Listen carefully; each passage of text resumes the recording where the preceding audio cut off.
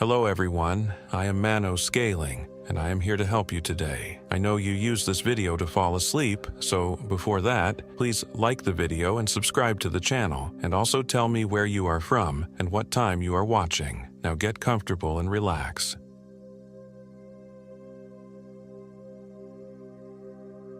My name is Michael Williams and I am 28 years old. This happened in the remote backcountry of Sumter National Forest, South Carolina, near the abandoned settlement of Long Cane Creek, about 15 miles from the nearest paved road. The four of us had been planning this trip for months. Jennifer Davis, my college roommate's sister, had found this supposedly pristine camping spot through some obscure hiking forum. She was the outdoorsy type, always posting Instagram photos from mountain peaks and hidden waterfalls. Brian Wright, my coworker from the accounting firm, needed to get away from his recent divorce papers. And Amanda Parker, Jennifer's best friend since high school, just wanted an excuse to use her expensive new camping gear. I should have known something was wrong when my GPS started glitching 20 minutes after we left the main forest road. The blue dot that represented our car began jumping erratically across the screen, sometimes showing us in completely different states. Jennifer laughed it off, waving her printed map. "Technology fails," she said, adjusting her designer hiking boots. "But paper maps are forever." The October air carried a strange metallic taste, like pennies left in your mouth too long. I kept noticing it as we hiked deeper into the forest, following what Jennifer insisted was a legitimate trail, but looked more like animal tracks to me. The trees grew denser with each step, their branches creating a canopy so thick that even at noon, the forest floor remained dim and mottled with shadows. Brian, huffing behind us with his overstuffed backpack, stopped every few minutes to check his phone. "Still no signal," he muttered. "How far are we going?" "Just another mile," Jennifer called back, though she'd been saying that for the past hour. She moved with an odd confidence, never hesitating at the numerous forks in the barely visible path. When I asked her how she knew the way, she paused and gave me a strange look, as if she'd forgotten the question by the time I finished asking it. "I just know," she said finally. The wrongness started small. Amanda's compass began spinning wildly, the needle never settling on any direction for more than a few seconds. Brian's expensive watch, which he'd been obsessively checking, had stopped working entirely, the digital display showing only strange symbols that looked almost like letters from some ancient alphabet. But it was the silence that bothered me most. In 15 years of hiking, I'd never experienced a forest so quiet. No bird calls, no rustling of small animals, not even the buzz of insects. Just our footsteps and increasingly labored breathing echoing among the trees. We finally reached Jennifer's perfect campsite, just as the sun began its descent toward the horizon. It was a small clearing beside what appeared to be the remnants of a creek bed, now just a depression filled with black, stagnant water that reflected nothing despite the sky above being partially visible through a gap in the canopy. "This is it," Jennifer announced with unsettling enthusiasm. "Isn't it beautiful?" Beautiful wasn't the word I would have chosen. The clearing felt wrong, like a scar in the forest. The grass grew in unnatural patterns, forming spirals that made my eyes water if I looked at them too long. Several trees around the perimeter had strange markings carved into their bark, not initials or graffiti, but symbols that seemed to shift and change when I wasn't looking directly at them. "Are you sure this is the right place?" Amanda asked, setting down her pack with obvious reluctance. "It feels off." "Off how?" Jennifer snapped, her voice carrying an edge I'd never heard before. "It's just a camping spot." But even as she said it, I watched her eyes dart around the clearing with what looked like recognition rather than discovery. She moved toward the dead water with purpose, as if she'd been here before. We set up camp as the light faded, working mostly in silence. Brian's tent collapsed twice before he finally got it stable, cursing under his breath about the cheap piece of shit he'd bought, though I'd seen him use the same tent successfully many times before. Amanda's sleeping bag, brand new and top of the line, had somehow developed a 6-inch tear along the side seam. I tried to start a fire as full darkness settled over us, but the wood refused to catch. Even dry kindling I'd brought from home just smoldered and died, producing smoke that burned my throat and made my eyes stream. The smell was wrong too. Not wood smoke, but something chemical and organic at the same time, like burning hair mixed with rotten eggs. "Forget the fire," Jennifer said from somewhere behind me. Her voice sounded different in the darkness, flatter somehow. "We don't need it." I turned to look at her, but she'd moved away from the camp's center, becoming just another shadow among the trees. When I called her name, she didn't respond. That first night, none of us slept well. I lay in my tent listening to sounds that didn't belong in any forest I knew. Soft scratching against the tent fabric like fingernails dragging across nylon. Whispers in a language I couldn't identify, coming from multiple directions at once. At one point, I could have sworn I heard Jennifer's voice outside my tent, calling my name. But when I unzipped the flap to look, there was nothing but darkness so complete it seemed solid. In the morning, Brian's sleeping bag was empty but unzipped from the inside. We found him standing waist-deep in the stagnant water, staring up at the gray sky with an expression of perfect blankness. When we called to him, he turned slowly, as if moving through molasses. "The water's warm," he said, his voice utterly flat. "You should come in." Amanda grabbed my arm, her fingernails digging into my skin. "That's not Brian," she whispered. But it was Brian. Same face, same voice, same scar on his chin from a childhood accident. Everything was exactly right except for his eyes, which reflected the gray sky like the water he stood in. "Brian, get out of there," I called. "That water could be contaminated." He tilted his head, studying me with those wrong eyes. "Contaminated with what, Michael?" The way he said my name made my skin crawl. Too careful, too precise, like someone learning to speak for the first time. He eventually came out of the water, moving with that same liquid slowness. His clothes should have been soaking wet, but they were merely damp, as if the water had somehow refused to cling to him. As he walked past me toward his tent, I caught a scent that made my stomach lurch, the smell of something dead that had been underwater too long. "We should leave," Amanda whispered as Brian disappeared into his tent. "Something's wrong with him." But Jennifer, who had been silent through the entire exchange, suddenly spoke up. "We can't leave yet. We haven't found what we came for." "What we came for?" I stared at her. "We came for a camping trip." She looked at me with the same blank expression Brian had worn, though her eyes hadn't changed yet. "Did we?" The second day blurred together in a series of increasingly disturbing events. Our food supplies, carefully packed in sealed containers, had somehow gone rotten overnight. The smell was overwhelming, not just spoiled, but actively putrid, as if the food had been decaying for weeks.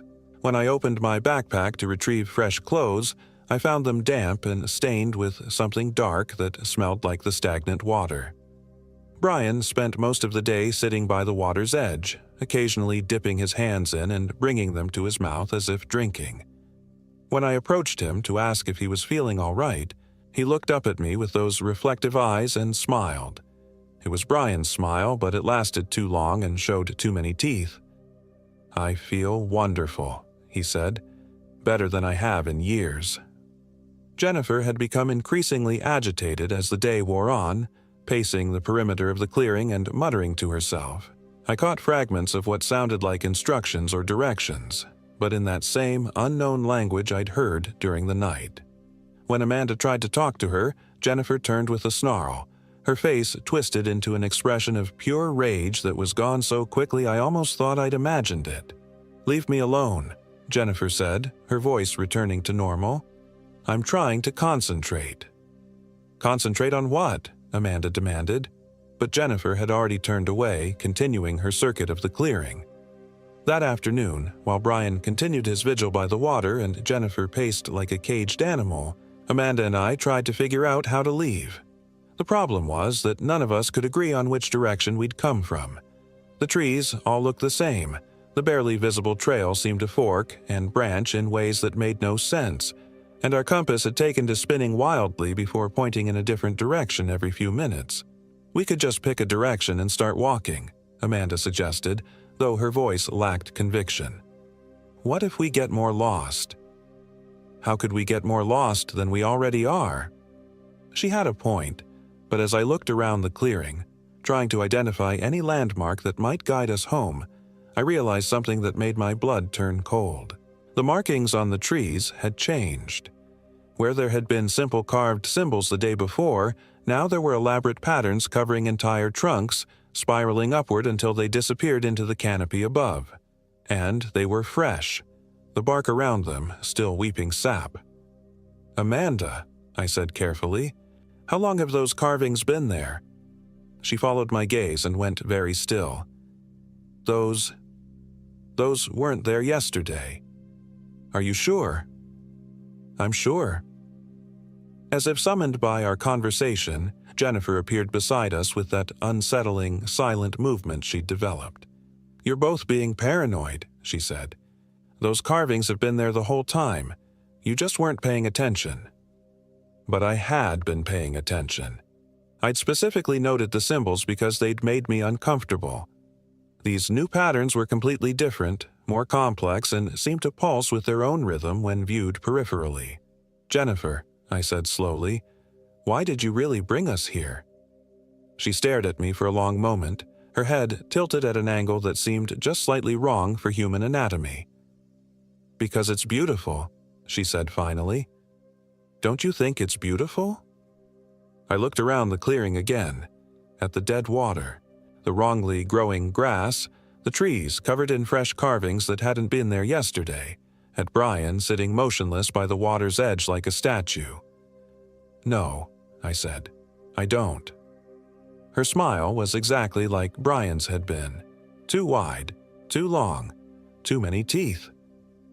That night, Amanda and I huddled together in my tent, neither of us willing to sleep. Through the thin nylon, we could hear Jennifer and Brian moving around the campsite, but their footsteps made no sound. It was like watching shadows that cast people instead of the other way around. "We have to leave," Amanda whispered against my ear. "Tonight, without them." I wanted to argue, to say we couldn't abandon our friends, but whatever was moving around outside our tent wasn't our friends anymore. The knowledge sat in my stomach like a cold stone. Around midnight, the whispers started again, but this time they were in English. "Michael," Jennifer's voice called from somewhere very close to the tent. "Michael, come out. We want to show you something." "Don't," Amanda breathed. "It's beautiful, Michael," Brian's voice joined in. "Just like Jennifer said, you'll love it."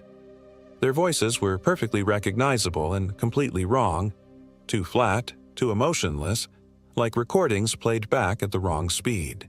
"Michael, we know you're awake." Jennifer again, now directly outside the tent wall. If I'd reached out, I could have touched her through the fabric. "There's no point in hiding." The tent shook slightly, as if she'd brushed against it. "Come and see what we found in the water." I closed my eyes tightly, trying to block out their voices, but the whispers continued for hours. Sometimes in English, sometimes in that unknown language, sometimes in voices I recognized, and sometimes in voices I'd never heard before. Children's voices, old people's voices, voices that sounded like they were coming from underwater. When dawn finally came, the whispers stopped abruptly, as if cut off by a switch. Amanda and I waited until full daylight before emerging from the tent. The campsite was empty. No sign of Jennifer or Brian, no tracks in the soft earth around the clearing. Even their tents were gone, though I was certain they'd been there the night before. Where did they go? Amanda's voice was hoarse from hours of fearful silence. I had no answer. We searched the clearing, calling their names, but found nothing except more of those fresh carvings on the trees. The symbols seemed to have spread overnight, covering every trunk in intricate patterns that hurt to look at directly. The stagnant water had changed too. Instead of reflecting nothing, it now showed images that didn't match the sky above. Dark shapes moving beneath the surface, faces that appeared and disappeared too quickly to identify. "We're leaving," I said. "Now." We packed what we could carry and started walking in what we hoped was the direction we'd come from. The forest seemed determined to confuse us, with paths appearing and disappearing, landmarks that moved when we weren't looking directly at them, and distances that stretched impossibly long. What should have been a 2-hour hike back to the car became an entire day of wandering through increasingly unfamiliar terrain. As evening approached, we found ourselves in another clearing. This one was different. Larger, older, with a circle of standing stones that definitely hadn't been on any park map. In the center of the circle was a fire pit filled with fresh ashes, though we'd seen no smoke during our day of hiking. "We're going in circles," Amanda said, her voice thick with exhaustion and despair. But I wasn't so sure. This place felt different from our campsite, though I couldn't pinpoint exactly how. The wrongness here was older, more established. Where our campsite had felt like a fresh wound, this place felt like an old scar. As darkness fell, we heard voices in the distance. Jennifer and Brian calling our names with that same flat affect, but they sounded farther away now, echoing strangely among the trees. "They're looking for us," Amanda whispered. We huddled together beside the cold fire pit, too frightened to light a fire, too exhausted to keep walking in the dark. The voices continued throughout the night, sometimes close, sometimes distant, but always wrong. Sometimes they called our names. Sometimes they spoke in that unknown language. And sometimes, worst of all, they spoke in our own voices, having conversations we'd never had. I heard myself talking to Amanda about plans we'd never made, places we'd never been. I heard Amanda responding with enthusiasm I'd never heard from her about activities that sounded like nightmares disguised as adventures. "Is that really what we sound like?" Amanda whispered during a brief silence. "No," I said, though I wasn't entirely certain. "No, that's not us." On the third morning, we woke to find offerings placed around the stone circle. Fresh fruit that shouldn't have existed in this season, clear water in containers made from materials I couldn't identify, and meat that was still warm despite the cold morning air. Everything smelled incredible, like the best meal I'd ever imagined. "Don't touch any of it," I warned Amanda, though I could see the hunger in her eyes. We'd been surviving on the few energy bars that hadn't spoiled, and the smell of the fresh food was almost overwhelming. "But I'm so hungry," she said, reaching toward a perfect apple that seemed to glow with its own inner light. I grabbed her wrist. "Amanda, look at me. Look at my eyes." She turned to face me, and I saw that her pupils had started to reflect light the way Brian's had. Just slightly, but enough to confirm my worst fears. "We can't eat any of this," I said firmly. "Whatever's happening here, it's spreading. We have to resist it." She blinked, and for a moment her eyes were normal again. "You're right," she said. God, what was I thinking? But I could see the effort it took for her to turn away from the food, and I could feel the same hunger gnawing at my own stomach, making the offerings look more appealing with each passing moment. We left the stone circle and continued searching for a way out of the forest. But with each hour that passed, Amanda grew quieter and more distant. She started lagging behind, stopping to examine plants and stones with an intensity that seemed unnatural. When I called to her to keep moving, she would look at me with confusion, as if she'd forgotten where we were going. "I feel strange," she admitted during one of our brief rests. "Like I'm remembering things that haven't happened yet." "What kind of things?" "Living here, in the forest. It's so peaceful. Michael. So quiet and beautiful. No stress, no deadlines, no worries about money or relationships or any of the things that used to matter." The way she said, "used to matter," made my skin crawl. "Those things still matter," I insisted. "We have lives outside this place. Jobs, families, responsibilities." She looked at me with that same blank expression Jennifer and Brian had worn. Do we? That afternoon, I realized we were being followed. Not by Jennifer and Brian. Their voices had faded to distant echoes that might have been wind through the trees. This was something else. Something that moved just outside my peripheral vision and left footprints that were almost, but not quite, human. The tracks appeared in soft earth and mud patches throughout the forest. 5 toes like a human foot, but too long, with claw marks at the tips. They followed our path exactly, sometimes overlapping our own footprints as if whatever made them was testing the places we'd stepped.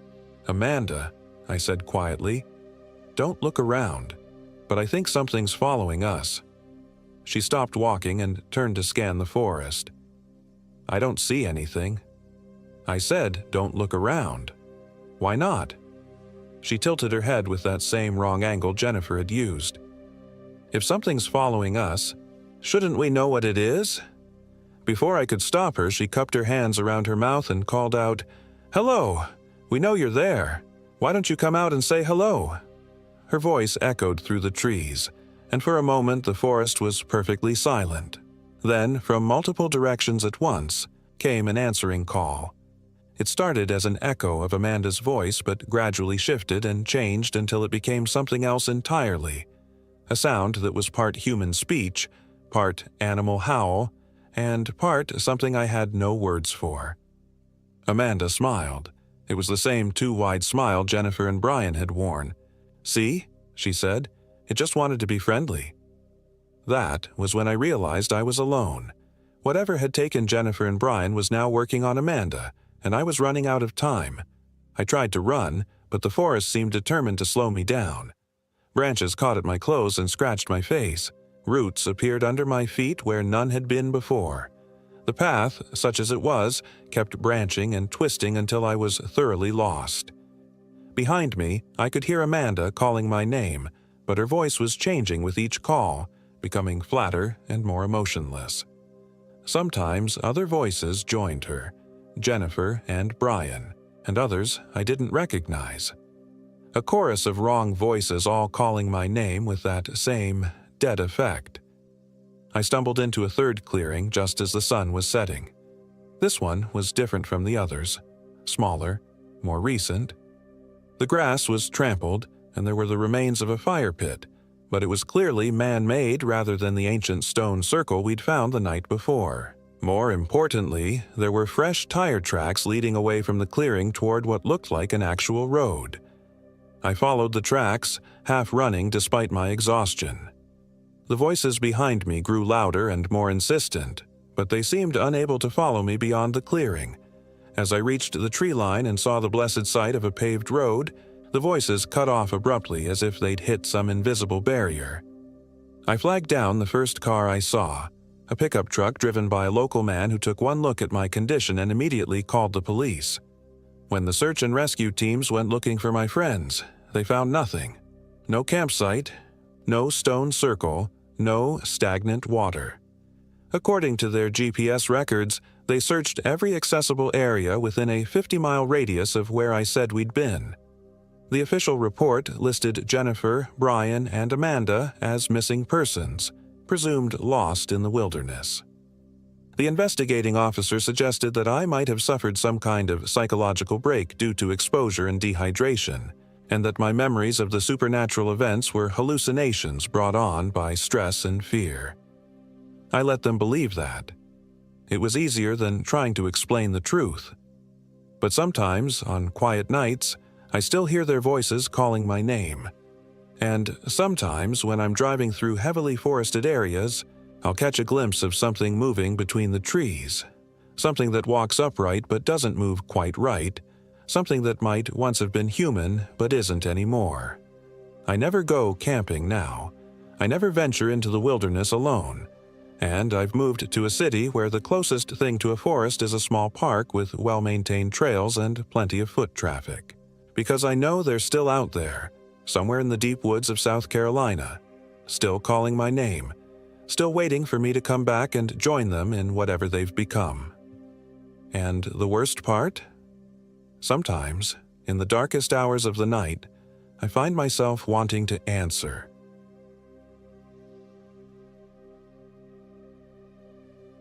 My name is Michael Williams, and I am 34 years old. This happened in the Francis Marion National Forest in South Carolina, deep in the Wambaw Swamp Wilderness area, where the cypress trees grow so thick that daylight barely penetrates even at noon. I should have known better than to go camping with my coworkers. David Jones had been pushing the idea for months at our insurance office in Charleston, claiming we all needed to disconnect from the digital world and reconnect with nature. Christopher Hernandez was immediately on board. He'd been going through a messy divorce and seemed desperate for any distraction. Jennifer Williams, despite sharing my last name, wasn't related to me, but she was always up for adventure. She'd grown up hunting with her father and was probably the most outdoorsy person among us. Me? I was the reluctant fourth. I'd much rather spend my weekend playing video games or binge-watching Netflix, but peer pressure and Jennifer's infectious enthusiasm eventually wore me down. Plus, David had already reserved the campsite deep in the wilderness area, a place called Bacon's Bridge that required a 3-mile hike from the nearest parking area. The drive from Charleston took about an hour, and with each mile, the suburban sprawl gave way to endless pine forests and Spanish moss-draped oaks. The October air was crisp, carrying the earthy smell of decomposing leaves and that distinctive South Carolina swamp funk. A mixture of stagnant water, rich soil, and something else I couldn't quite identify. We parked at the trailhead around 2 p.m. on a Friday afternoon. The parking area was empty except for a rusted-out pickup truck that looked like it had been there for years. Jennifer frowned at it as we shouldered our packs. "That's weird," she muttered, checking her GPS watch. According to the Forest Service website, this area doesn't get much traffic, especially this late in the season. David was already adjusting his brand-new hiking gear. Everything still had tags and looked like it came straight from an REI catalog. "Maybe it's a ranger's truck," he said with forced cheerfulness. "Come on, guys. This is going to be amazing. When's the last time any of us spent a night without Wi-Fi?" Christopher didn't answer. He'd been quiet during the drive, staring out the window with the hollow expression he'd worn since his wife filed the papers. The divorce was nasty. She was trying to take everything, including custody of their 8-year-old daughter, Emma. I could see the stress eating him alive, the way his hands shook when he thought no one was looking. The trail started innocuously enough, winding through typical low-country forest. But as we hiked deeper, the terrain began to change. The ground grew softer, squishier under our boots. The trees pressed closer together, their canopy so dense that our flashlights were barely necessary, even though the sun was already sinking toward the horizon. "How much further?" Christopher asked after about an hour of hiking. Sweat beaded on his forehead despite the cool air. David consulted his phone, then frowned. "GPS says we should be there already, but—" He held up the device, showing us a screen full of static. "Signal must be worse than I thought out here." Jennifer pulled out her own phone and a paper map. "Dead zone," she confirmed. "But according to this map, we should hit Bacon's Bridge in another mile or so." That's when I noticed the smell getting stronger. Not just swamp funk, but something rotten, sweet and cloying, like flowers left too long in stagnant water. I mentioned it to the others, but they just shrugged it off. "Probably just a dead deer or something," David said. "Circle of life, right?" But the smell kept getting worse. By the time we reached our campsite, a small clearing beside a sluggish Blackwater Creek that must have been Bacon's Bridge, the stench was almost overwhelming. Jennifer wrinkled her nose as she dropped her pack. Jesus, what died out here? The campsite itself looked wrong somehow. The fire ring was already there, which was normal, but the stones were arranged in a perfect circle, almost ritualistically. Scratches covered the bark of the surrounding trees. Not claw marks from bears or other animals, but deliberate gouges that formed symbols I didn't recognize.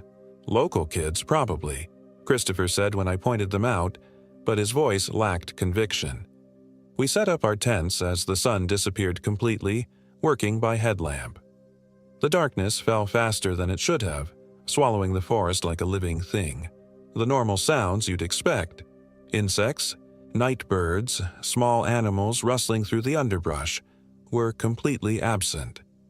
The only sound was the soft gurgling of the creek and our own breathing. David struggled to get the campfire started. The kindling was dry, the technique was right, but the flames kept sputtering out as if something was actively extinguishing them.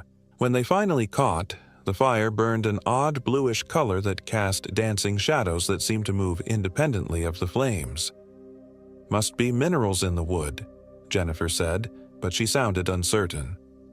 We cooked our freeze-dried meals in relative silence, each of us lost in our own thoughts. The fire provided some comfort, but its light seemed to push the darkness back only a few feet before being swallowed completely. Beyond that narrow circle of visibility, anything could be watching us. Christopher was the first to voice what we were all thinking. "This place feels wrong," he said quietly, stirring his chicken and rice without eating. "Like we're not supposed to be here." "It's just the isolation," David said, but he kept glancing over his shoulder into the trees. "We're city people. This is natural." But it wasn't natural. As the night wore on, the wrongness became more pronounced. Our food started tasting metallic, as if the cans had been contaminated. The water from our bottles, which had been fine that afternoon, now had a brackish flavor that made me gag. Even the air felt different. Thicker, almost viscous, like breathing through wet cotton. Around 10 p.m. we heard the first sound from the darkness, a low moan, almost human, but not quite. It echoed through the trees, impossible to pinpoint. "What the hell was that?" David whispered. Jennifer had gone very still, her hand moving instinctively to the hunting knife on her belt. "I don't know," she said. "I've never heard anything like it." The sound came again, closer this time, followed by what sounded like footsteps circling our camp. But the rhythm was wrong. Too many steps, as if whatever was out there had more than 2 legs. Christopher stood abruptly, his camp chair falling backward. "I'm going to check the perimeter," he announced. "Don't," Jennifer said sharply. "Whatever's out there, we stay together." But Christopher was already grabbing his flashlight. "I'm not going to sit here like a scared rabbit," he said. The strain of the past few months had pushed him to a breaking point where rational fear had been replaced by reckless aggression. He disappeared into the trees before any of us could stop him. We called after him, but he didn't respond. For 20 minutes we sat by the fire listening to the sound of his footsteps moving through the underbrush, getting fainter and fainter until they disappeared entirely. "Chris!" David shouted into the darkness. "Get back here!" No response. Jennifer was pacing now, her knife drawn. "We need to go after him," she said. "No," I said firmly. "We stay put. He'll come back." But as the minutes turned into an hour, then 2, it became clear that something had gone very wrong. We took turns calling his name, but the forest swallowed our voices like it had swallowed Christopher himself. "Maybe he got lost," David suggested. "Turned around in the dark." "Chris grew up hunting," Jennifer replied. "He knows how to navigate." Around 2 a.m. we heard footsteps returning. Slow, deliberate, coming from the same direction Christopher had gone. We all breathed a sigh of relief. "Chris," David called out. "Thank God, man. We were worried sick." The footsteps stopped just at the edge of our firelight. A figure stood in the shadows between 2 trees, the right height and build to be Christopher wearing his same clothes. "Chris," Jennifer said more quietly. "You okay, buddy?" He stepped into the light, and that's when I saw that something was fundamentally wrong. It looked like Christopher. Same face, same brown hair, same hiking clothes. But his eyes were different. They reflected the firelight like an animal's, and they never blinked. Not once. "I'm fine," he said, but his voice was flat, emotionless. "Just needed some air." He sat down in his camp chair as if nothing had happened, but he moved wrong. Too fluid, like his joints didn't work the same way anymore. And he was smiling. A wide, constant grin that never wavered, even when he wasn't speaking. "Where did you go?" Jennifer asked. "We've been calling for hours." "Just walked," Christopher Thing replied. Needed to think. David seemed oblivious to the wrongness. Well, next time let us know, okay? We were about to send out a search party. But Jennifer had noticed, too. I could see it in her eyes. The growing realization that the thing sitting across from us wasn't our friend anymore. It wore his face, but whatever looked out through those reflective eyes was something else entirely. The knot Christopher sat with us for the rest of the night, never speaking unless spoken to, never moving except to turn his head in that too fluid way. His smile never faltered and he never blinked. As dawn approached, I counted the minutes, desperate for daylight to chase away whatever nightmare had settled over our camp. When the sun finally rose, filtering weakly through the canopy, the thing that looked like Christopher announced it was going to gather firewood for breakfast. I'll come with you, Jennifer said quickly, but it was already walking away. No need, it called back without turning around. Won't be long. As soon as it disappeared into the trees, Jennifer grabbed my arm. That's not Christopher, she whispered urgently. David looked at us like we were crazy. What are you talking about? Of course it's Chris. He's just tired from wandering around all night. Listen to me, Jennifer said. Look at his eyes. Look at how he moves. That's not our friend. I wanted to agree with her, but the rational part of my mind kept insisting there had to be an explanation. People could act strange when they were stressed or sleep-deprived. Maybe Christopher had just had some kind of breakdown. But then we heard the screaming. It came from deeper in the forest, in the direction the Christopher Thing had gone. A sound of pure agony that went on far too long, rising and falling like a siren. Then, abruptly, it stopped. David was on his feet immediately. That's Chris! Something's attacking him! He grabbed his flashlight and started toward the sound, but Jennifer tackled him before he could leave the clearing. No, she shouted. Don't you understand? That thing isn't Christopher, and now it's killing something else out there. You're insane, David said, struggling against her grip. Let me go. That's when the Christopher Thing returned, carrying an armload of perfectly cut firewood. Its clothes were soaked in blood, fresh, red blood that was still dripping onto the ground. But it was still smiling, that horrible, constant smile.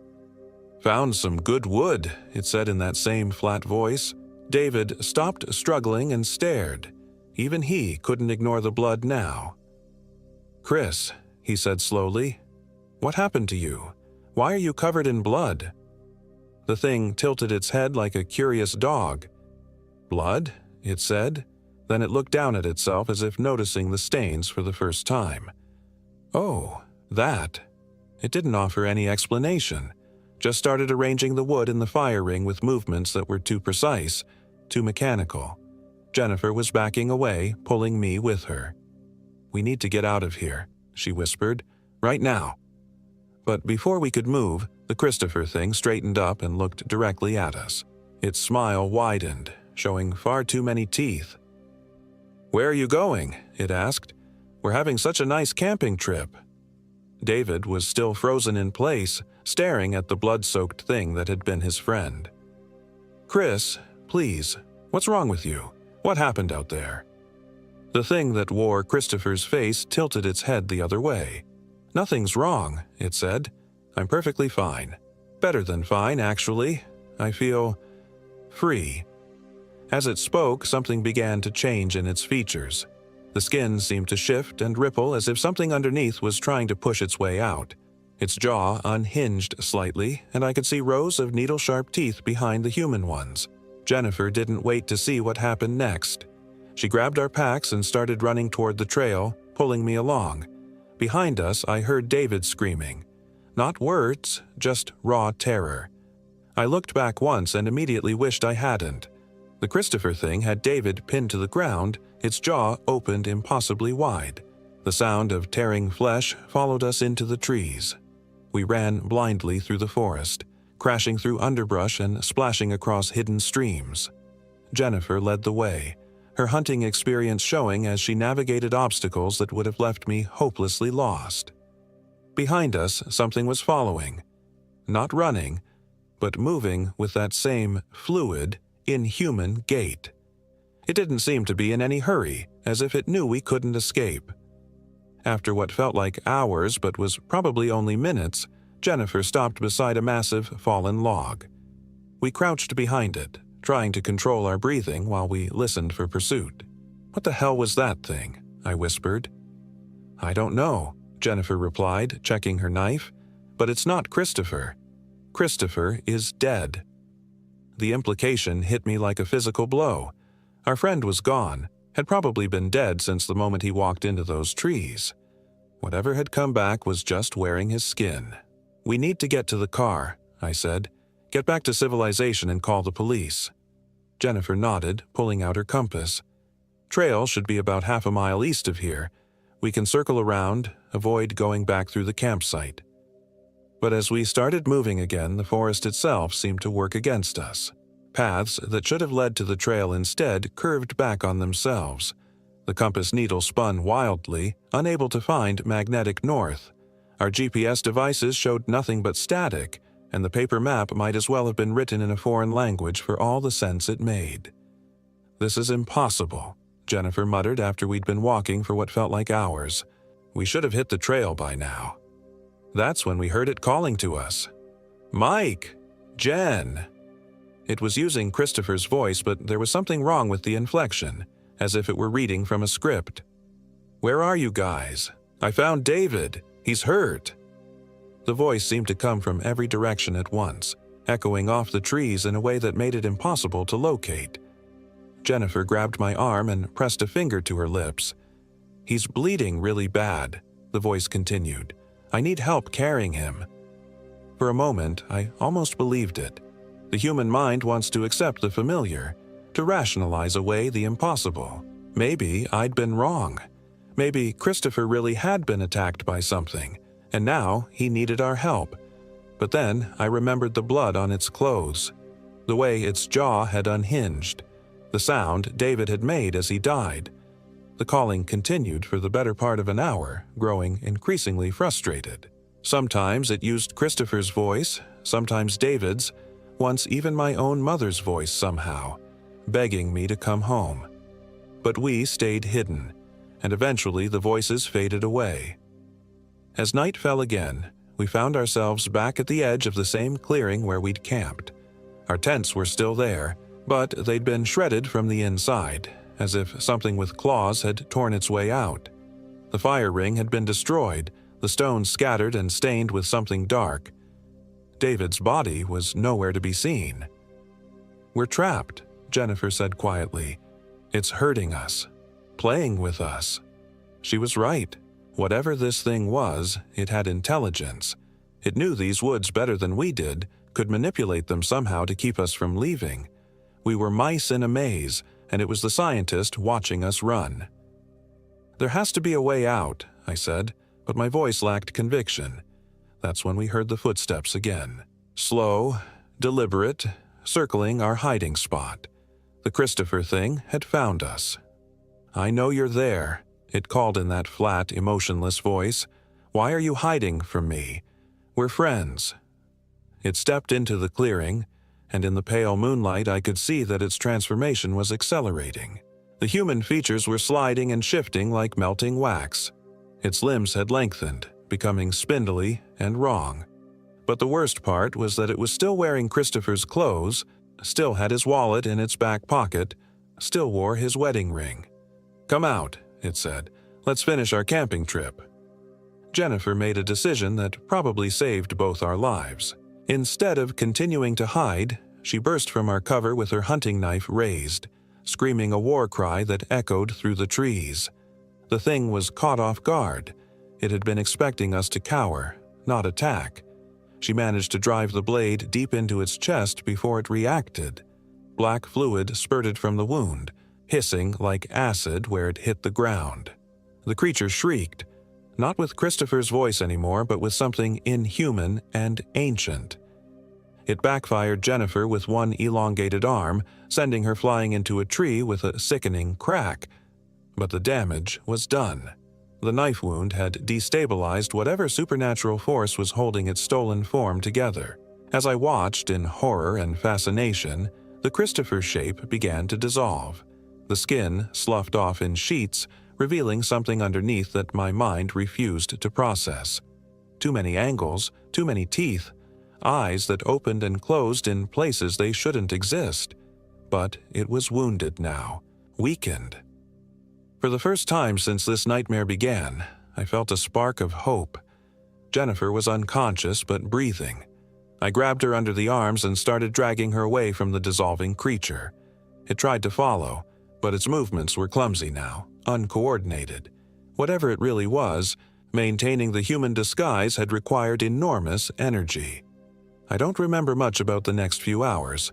I stumbled through the forest, half carrying Jennifer, following what I hoped was the right direction. My cell phone, which had been dead for a day, suddenly flickered back to life as dawn approached, showing a weak signal. The 911 call is a matter of public record now. Emergency responders found us 3 miles from the trailhead, Jennifer with a concussion and 3 broken ribs, me suffering from severe dehydration and what the doctors called acute stress reaction. The search teams never found David or Christopher's bodies. The official report blamed it on the swamp. Bodies could disappear forever in that dark water, consumed by alligators or simply sinking into the mud. The fact that our campsite showed signs of a bear attack explained the blood and the destroyed equipment. I never told them the truth. Who would believe it? Jennifer remembers more than she admits, but we've never talked about what really happened that weekend. We both left the insurance company within a month. I moved to Colorado, as far from swampland as I could get. Jennifer went to Alaska, but sometimes, on quiet nights, I get calls from numbers I don't recognize. When I answer, I hear Christopher's voice on the other end, asking when we're going camping again, or David's laugh, echoing from what sounds like a great distance. I always hang up immediately, but I know that someday I'll have to go back. That thing in the Francis Marion National Forest isn't finished with me. It's patient, but it's not done playing its games. The worst part? Sometimes I dream about that weekend, and in my dreams, I'm the one who goes into the trees to gather firewood. I'm the one who comes back changed, wearing a smile that never fades, blinking eyes that reflect light like an animal's. And when I wake up from those dreams, I have to check the mirror to make sure I'm still me, because I can feel it sometimes, lurking just beneath my skin, waiting for the right moment to finish what it started in that God-forsaken swamp. The Rio Christopher Hernandez was buried in an empty casket. David Jones's funeral was the same. Their families still think they were victims of a hiking accident, that their bodies were simply never recovered from the treacherous terrain. I let them believe that. The truth would destroy them. But I know what's really out there. Wearing the faces of the dead, waiting in the dark water and Spanish moss for the next group of city folks who think they want to disconnect from civilization. Some places aren't meant for the living, and some things that live in those places are very, very hungry. I've never gone camping again.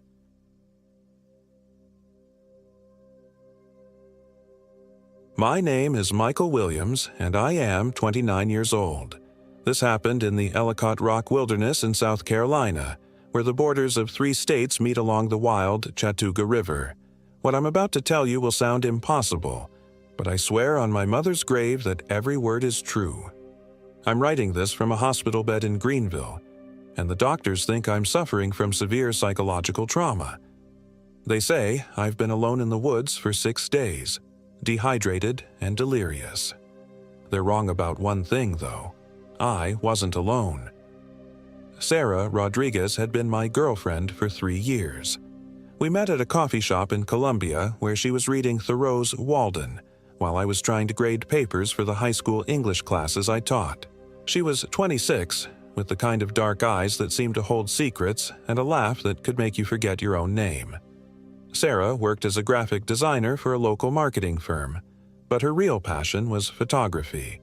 She'd spend weekends capturing abandoned buildings, wild landscapes, anything that told a story of decay or endurance. "We need to get away from all this," she'd said one Thursday evening in March, gesturing vaguely at our cluttered apartment. We'd been fighting more lately, small things that felt bigger in the cramped space we shared. work stress, money worries, the kind of things that chip away at a relationship like water wearing down stone. Somewhere with no cell service, no distractions, just us. That's how we ended up planning a 4-day backpacking trip to the Ellicott Rock Wilderness. Sarah had read about it online, 11,000 acres of pristine forest where South Carolina, North Carolina, and Georgia meet. The kind of place where you could hike for hours without seeing another soul. We'd been camping before, but never anything this remote. The wilderness required hikers to be completely self-sufficient. No marked campsites, no facilities, just you and the forest. We drove down from Columbia on a Friday morning in early April, taking back roads through increasingly rural countryside until we reached the Burles Ford trailhead. The parking area was empty except for one other car, a rusted pickup truck that looked like it had been there for months. Sarah pulled out her camera and snapped a few shots of the weathered wooden signs marking the wilderness boundary. "Look at this," she said, reading from her trail guide. "The Chattooga River Trail follows an old Cherokee path, and there's this rock where they marked the state boundaries back in 1811. A surveyor named Andrew Ellicott carved his initials into it." I shouldered my pack, feeling the familiar weight of 4 days' worth of food and gear. As long as we don't get lost trying to find some 200-year-old rock. "Don't be such a pessimist," Sarah laughed. But there was an edge to it. She'd been tense during the drive, constantly checking her phone even though we both knew we'd lose signal once we got into the mountains. The trail started easy enough, a well-maintained path that wound through mixed hardwood forest. April in the mountains was perfect hiking weather, with temperatures in the 60s and the trees just starting to leaf out. We could hear the Chattooga River rushing somewhere below us, though the trail stayed up on the bluffs. For the first hour, everything felt normal. We fell into our usual hiking rhythm, with Sarah stopping occasionally to photograph interesting rock formations or patches of wildflowers. The forest was alive with birdsong and the rustle of small animals in the underbrush. I started to relax for the first time in weeks. "This was a good idea," I told her as we paused at a scenic overlook. The river valley stretched out below us, completely wild and untouched. No power lines, no roads, nothing but green forest as far as the eye could see. "I know," she said, but she wasn't looking at the view. She was staring at her phone, frowning. "That's weird. I had 2 bars back at the trailhead, but now it's showing no signal at all." "That's kind of the point, isn't it?" She powered the phone off and slipped it back into her pack. "You're right. Sorry. Work brain." We hiked deeper into the wilderness, following the blazed trail as it descended toward the river. The forest grew denser, older. Massive hemlocks and white pines created a canopy so thick that the afternoon light filtered down in scattered beams. The air smelled of rich earth and the green smell of growing things. It was around 3 o'clock when we reached the river for the first time. The Chattooga was bigger than I'd expected, maybe 40 feet wide, with clear water rushing over rounded boulders. The sound was constant, a white noise that seemed to absorb all other sounds. We stopped to fill our water bottles and check the map. "According to this, we're about 3 miles in," Sarah said. "There should be some decent camping spots another mile or 2 upstream." That's when I noticed something odd. My GPS watch, which had been tracking our route perfectly, was showing our location as a blue dot in the middle of blank space, like we'd walked off the edge of the world. "Hey, look at this," I said, showing her the watch face. Sarah studied it, her brow furrowed. "Maybe the mountains are interfering with the satellite signal." "Maybe." But it bothered me. The watch was supposed to work anywhere on Earth. I'd used it in the Rockies. In Yellowstone, places way more remote than this. We continued upstream, following a path that was less well-maintained now.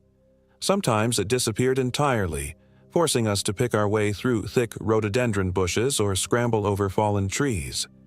The forest felt different here, older, more watchful. The normal sounds of wildlife seemed muted, as if the animals were holding their breath. It was getting toward evening when we found what looked like a good place to camp. A small clearing, maybe 50 feet from the river, protected by a circle of massive white pines. Someone had built a fire ring there before, though it looked like it hadn't been used in years. The stones were scattered and overgrown with moss. "This'll work," I said, dropping my pack with relief. 4 days of gear gets heavy after several hours of hiking. Sarah was already unpacking her camera, moving around the clearing with the focused intensity she got when she was working. "The light is perfect," she murmured, snapping shot after shot. "Look how the setting sun comes through those trees." I set up our tent while she worked, then gathered deadwood for a fire. The sun was setting fast. It always seemed to happen suddenly in the mountains, like someone had dimmed a giant light switch. By the time I got the fire going, full darkness was settling over the forest. Sarah joined me by the fire, finally finished with her photography. We cooked a simple dinner of pasta and dried sauce, sharing a bottle of wine I'd carried in despite the wait.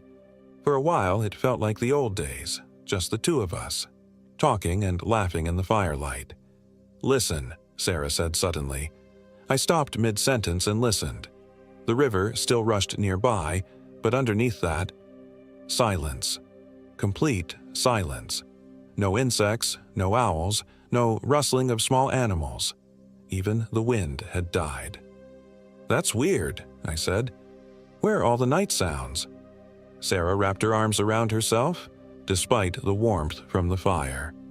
"Maybe it's too early in the season, or maybe we're scaring everything away." But we'd been sitting quietly for 20 minutes, and I'd never been in a forest this quiet, not even in the dead of winter. A stick snapped in the darkness beyond the firelight. Both of us tensed, staring into the black wall of trees. "Probably just a deer," I said, but my voice sounded too loud in the unnatural quiet. Another snap, closer this time. Then what sounded like footsteps, slow, deliberate, circling our camp just outside the ring of firelight. "Michael," Sarah whispered. Her face was pale in the orange glow. "There's something out there." I reached for my headlamp, clicking it on and sweeping the beam around the perimeter of our camp. Nothing. Just trees and shadows that seemed to shift and move in the wavering light. "Hello?" I called out. "Anyone there?" No answer, but I could feel eyes watching us from the darkness, a prickly sensation between my shoulder blades. I'd read about bears in this area, but this didn't feel like an animal. It felt intelligent, calculating. "We should get in the tent," Sarah said. "And do what? Huddle there all night?" But even as I said it, the idea sounded appealing. The fire suddenly felt inadequate, a tiny bubble of light and warmth in an ocean of darkness. The footsteps came again, definitely circling us now, methodical, like someone pacing. I caught a glimpse of movement between two trees, something tall and pale that disappeared the moment I turned my light toward it. "Jesus Christ," I breathed. Sarah grabbed my arm. "What did you see?" "I don't know. Someone. Maybe 30 yards out." We sat frozen by the fire, straining our ears and eyes for any sign of movement. Minutes passed. The silence stretched so long I started to wonder if we'd imagined the whole thing. Then Sarah gasped and pointed toward the tree line. "There!"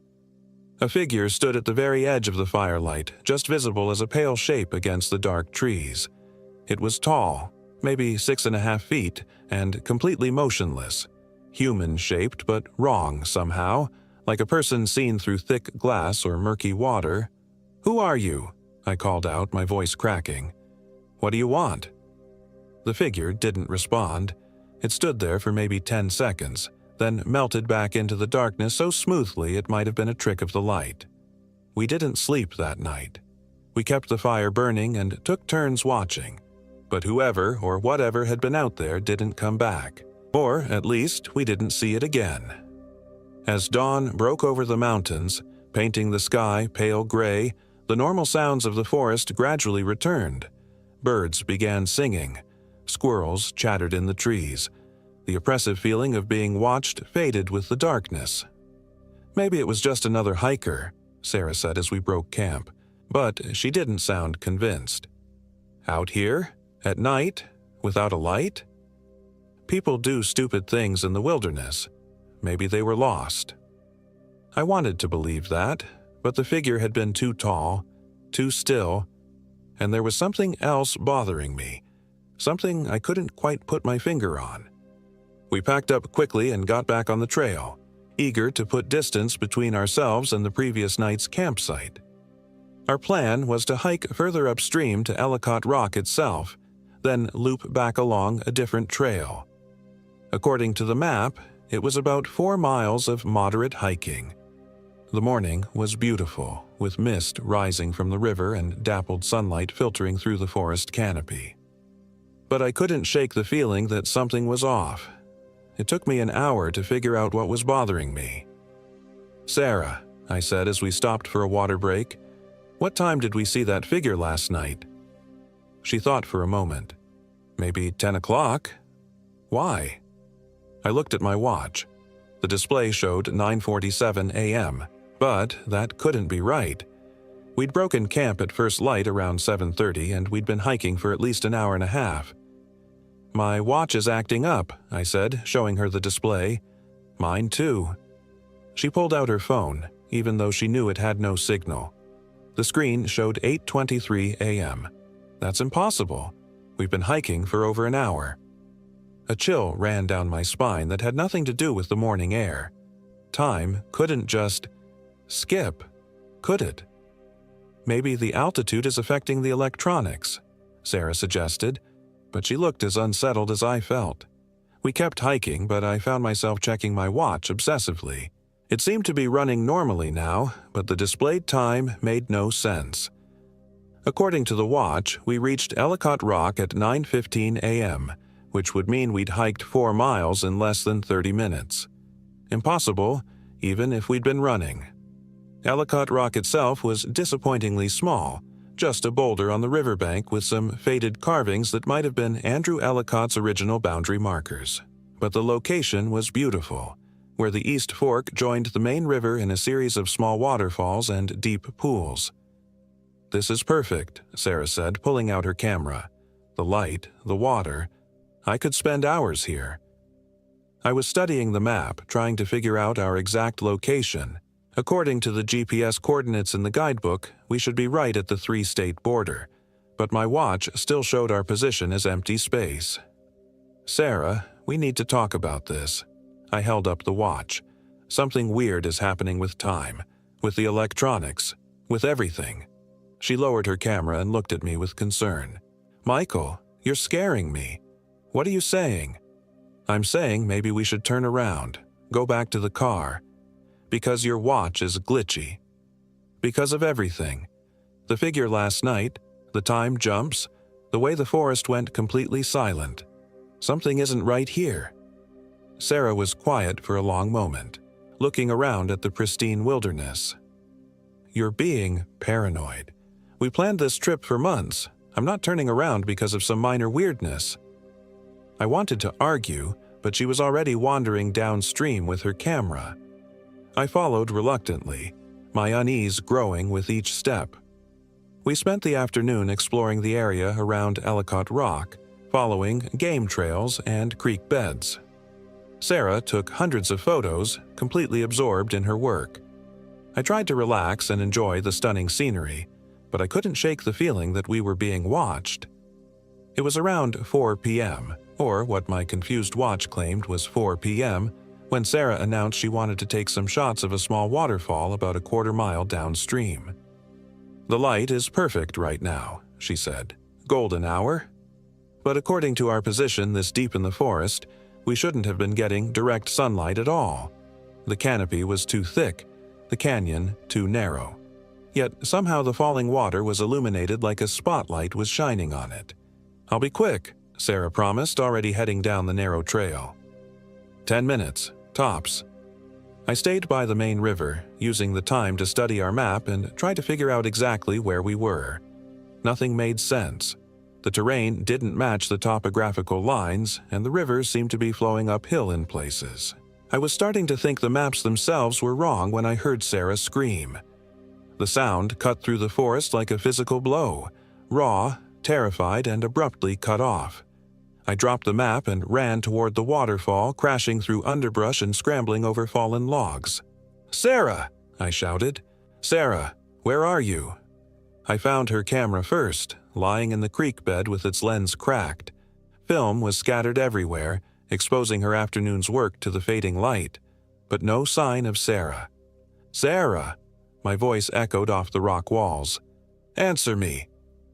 A faint sound came from somewhere upstream, a low moaning that could have been the wind, or an animal, or someone in pain. I followed the sound, my heart hammering against my ribs. I found her 20 feet away, sitting on a boulder with her back to me. She was perfectly still, unnaturally so. "Jesus Christ, Sarah, you scared me to death. What happened? Are you hurt?" She didn't answer, didn't even acknowledge that I'd spoken. "Sarah?" I moved around to face her, and my blood turned to ice. It was Sarah, but it wasn't. Same face, same hair, same clothes, but her eyes were wrong, too wide, too dark like pools of black water, and her smile. Her smile was too big, stretching her lips in a way that should have been painful. "Hello, Michael," she said, and even her voice was wrong. The same pitch and tone, but with an odd echoing quality like she was speaking from the bottom of a well. What's wrong with you?" I took a step back. "Nothing's wrong." The smile got wider. "I'm fine. Perfect, even. Your camera. It's broken. You were screaming." "Was I?" She tilted her head at an angle that was just slightly too far. "I don't remember screaming." She stood up from the boulder with a fluid motion that didn't look quite human. No wasted movement, no small adjustments for balance, like she was floating. "We should get back to camp," she said. "It's getting dark." I looked around. The sun was still shining on the waterfall, casting everything in golden light. It couldn't be more than 5 o'clock. "It's not dark," I said. "Isn't it?" She gestured toward the forest behind me. I turned and my stomach dropped. Beyond the circle of light around the waterfall, the forest was pitch black. Not the natural darkness of evening, but a thick, impenetrable blackness that seemed to swallow light. How is that possible? "Many things are possible here," Not Sarah said, "at the crossing place, where boundaries meet." "What are you talking about? Sarah, you're scaring me." "I'm not, Sarah." The thing wearing my girlfriend's face laughed, and the sound was like wind through a graveyard. "But you knew that already, didn't you?" I ran. I don't remember making the conscious decision to flee, but suddenly I was crashing through the forest, branches tearing at my clothes and face. Behind me, I could hear laughter, Sarah's laugh, but wrong, echoing from too many directions at once. "Where are you going, Michael?" The voice seemed to come from everywhere. "You can't leave me here." I stumbled back to our campsite, gasping and wild-eyed. Our tent was still there, our packs, the cold remains of our morning fire, everything exactly as we'd left it. For a moment, I wondered if I'd hallucinated the whole thing. Maybe the stress of the hike, the weird time distortions, the lack of sleep. Then I heard footsteps approaching through the forest. Slow, measured, getting closer. "Michael?" Sarah's voice, concerned and worried. "Michael, where are you? I can't find you." I grabbed my headlamp and shone it toward the sound. Nothing but trees and shadows. "I'm here," I called out, then immediately regretted it. What if it wasn't really her? The footsteps stopped. "Oh, good. I was so worried when you disappeared." She emerged from the tree line, looking exactly like my Sarah again. Normal clothes, normal expression, normal everything. If I hadn't seen what I'd seen by the waterfall, I might have convinced myself I'd imagined it all. "Where did you go?" she asked. "One minute you were there, the next you were gone." "I was looking for you, after you screamed."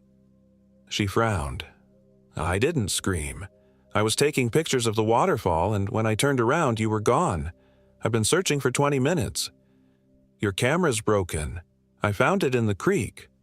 "No, it isn't." She held up her camera completely intact. It's fine. I stared at the device. It was definitely her camera.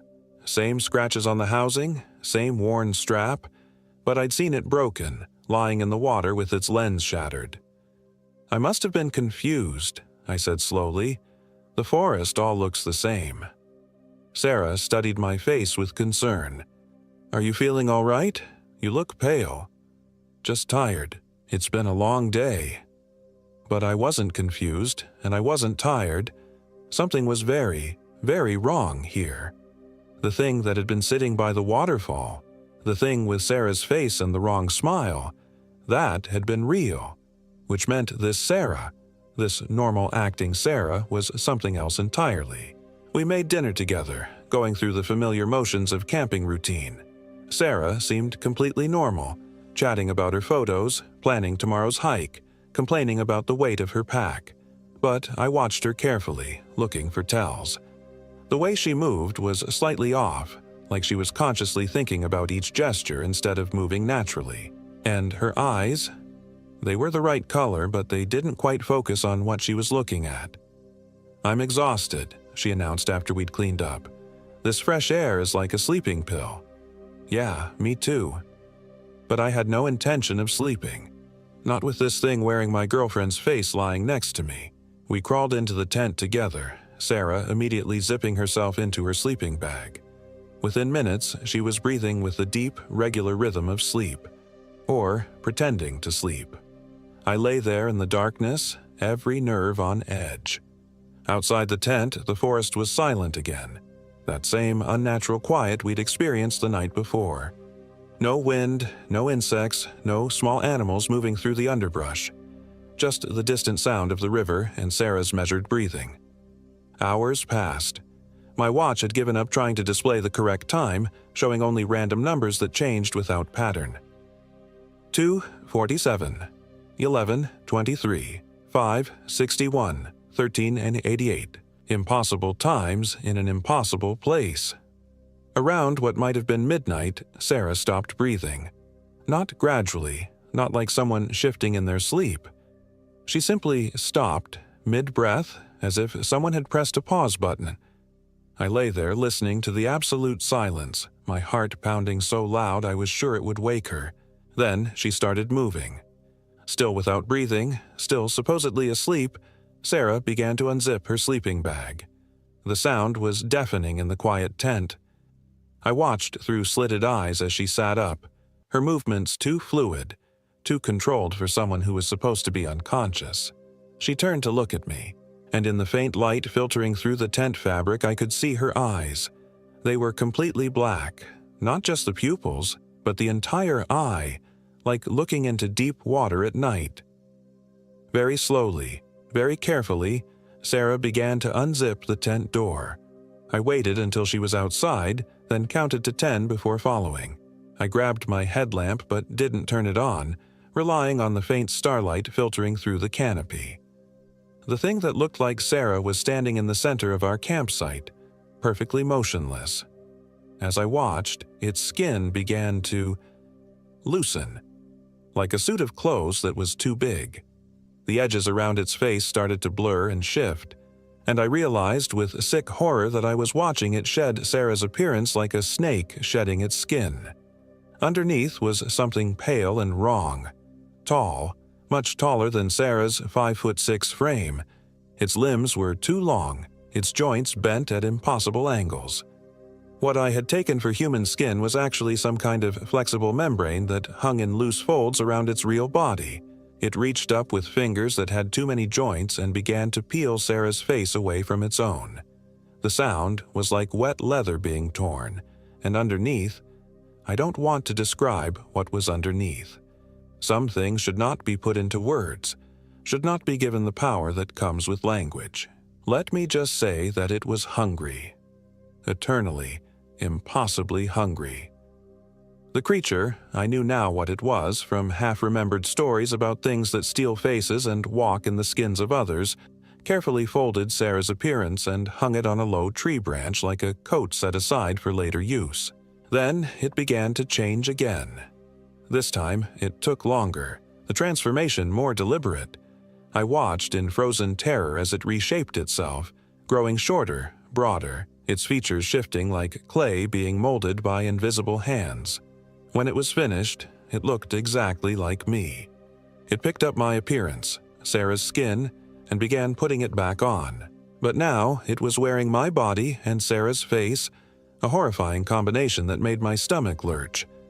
The Michael thing turned toward the tent, and I knew with absolute certainty that it planned to crawl back inside and lie next to me.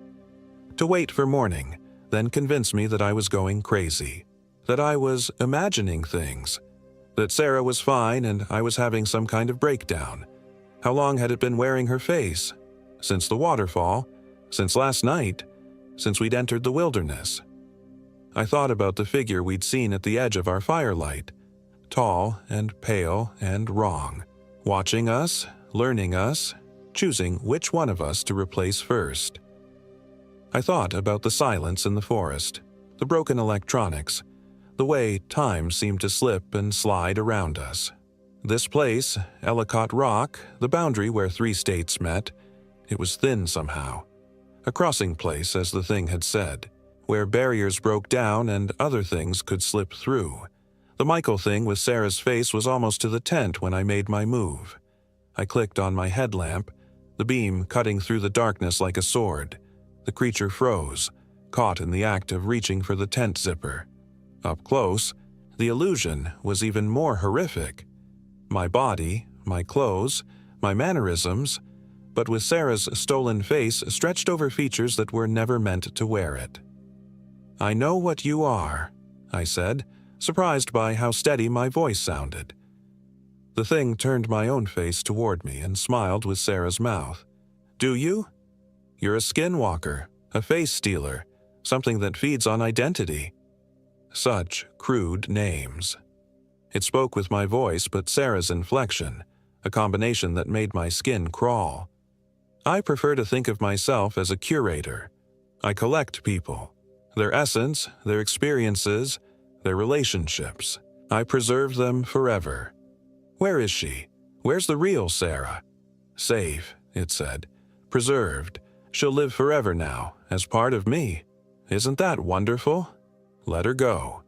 The thing laughed, and it was both our voices speaking in unison. Let her go. She is gone, Michael. She's been gone since yesterday afternoon. I've been her ever since. Yesterday afternoon. Before we'd made camp, before we'd seen the figure in the darkness, it had been studying us even longer than I'd thought. The person you made love to last night in the tent, it continued, clearly enjoying my horror. That was me.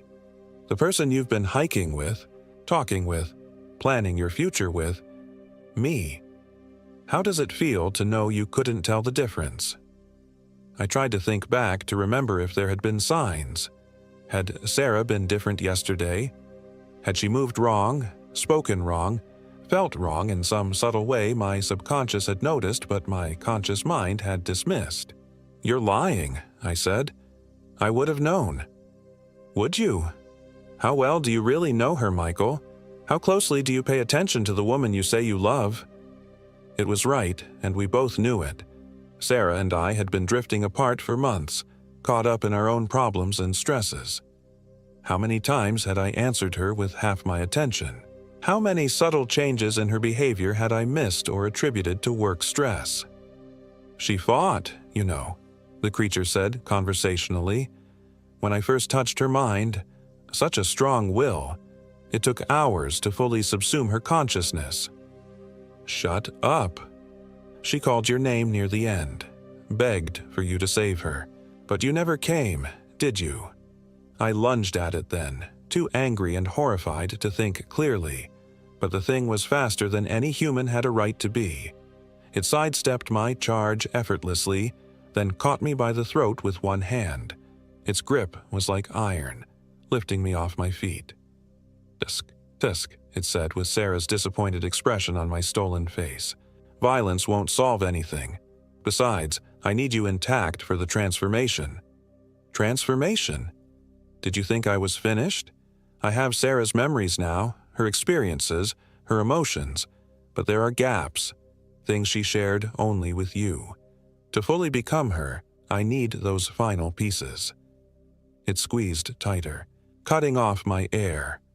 Black spots danced in front of my eyes. I'm going to crawl inside your mind, Michael. Take every memory you have of her, every private moment, every secret she told you. And when I'm finished, I'll be more Sarah than Sarah ever was. I clawed at its hand, but my fingernails might as well have been trying to scratch steel. The thing's grip was inhuman, inexorable. But as darkness closed in around my vision, I remembered something. My knife. A simple folding buck knife I'd carried on every camping trip for 10 years. It was clipped to my belt, just within reach if I could stretch far enough. The creature was monologuing now, describing in detail what it planned to do with my memories, how it would use them to perfect its impersonation of Sarah. It was so caught up in its own words that it didn't notice me fumbling for the knife. I got the blade open and drove it into the thing's wrist. The scream it let out wasn't human. It was the sound of wind through broken trees, of ice cracking on a frozen lake. It dropped me, stumbling backward while dark fluid poured from the wound. The knife had gone clean through its wrist, but instead of blood, thick black ichor leaked out. And the wound. The wound showed not flesh and bone beneath, but something like wet plastic stretched over emptiness. Iron, it hissed, looking at the blade with something like fear.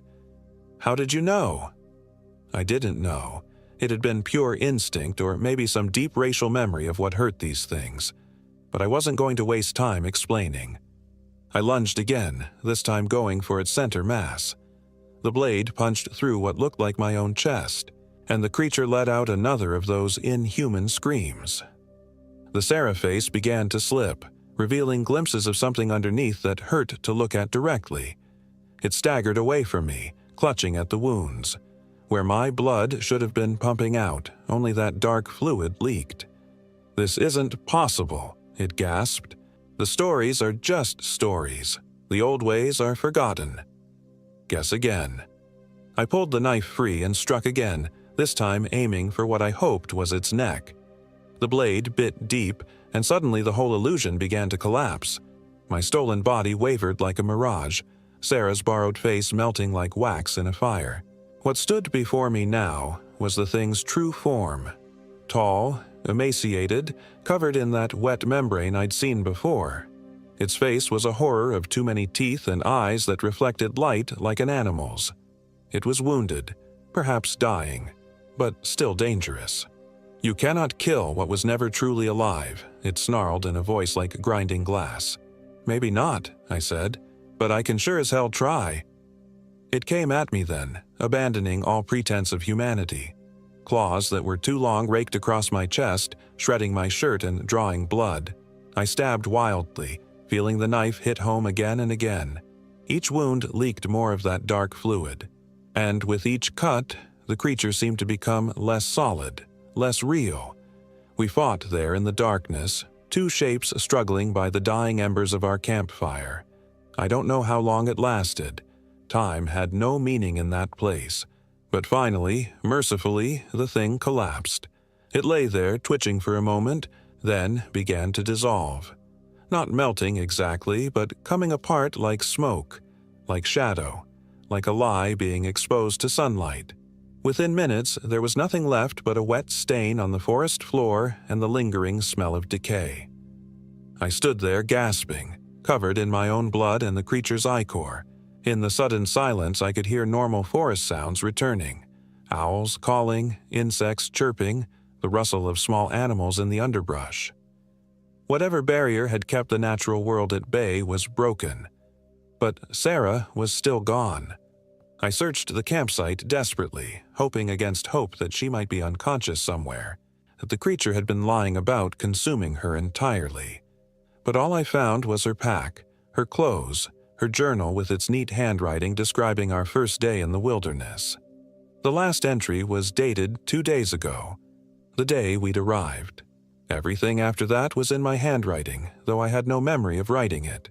Page after page of observations about the hiking, the scenery, the camping. But the style was wrong, the word choices subtly off. The creature had been wearing her identity so completely it had even faked her journal entries. I spent the rest of the night building up the fire and trying to process what had happened. By dawn, I'd made my decision. I had to get out of there, had to reach civilization and figure out how to explain what couldn't be explained. The hike back to the trailhead should have taken 6 hours. It took me 3 days. The trails were wrong. Paths that had been clear on the way in were now overgrown or seemed to lead in circles. My compass spun wildly, pointing in different directions from minute to minute. The GPS on my watch showed only error messages. I was completely lost in a wilderness I'd entered with clear directions and good maps.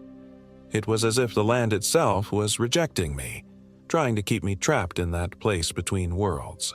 I rationed my food carefully, but by the second day I was down to emergency rations. I followed the river when I could find it, knowing it had to lead back to civilization eventually.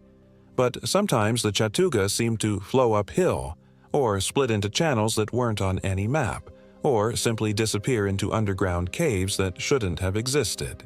On the third day, I finally stumbled onto a real trail, one that led steadily downhill and showed signs of recent maintenance. 6 hours later, I emerged from the tree line to find the Burroughs Ford parking area. Our car was there, covered in a week's worth of pollen. According to the Park Service logbook, we'd signed in 8 days ago. But I'd only been in the wilderness for 4 days. Or maybe 3. Time had lost all meaning in that place.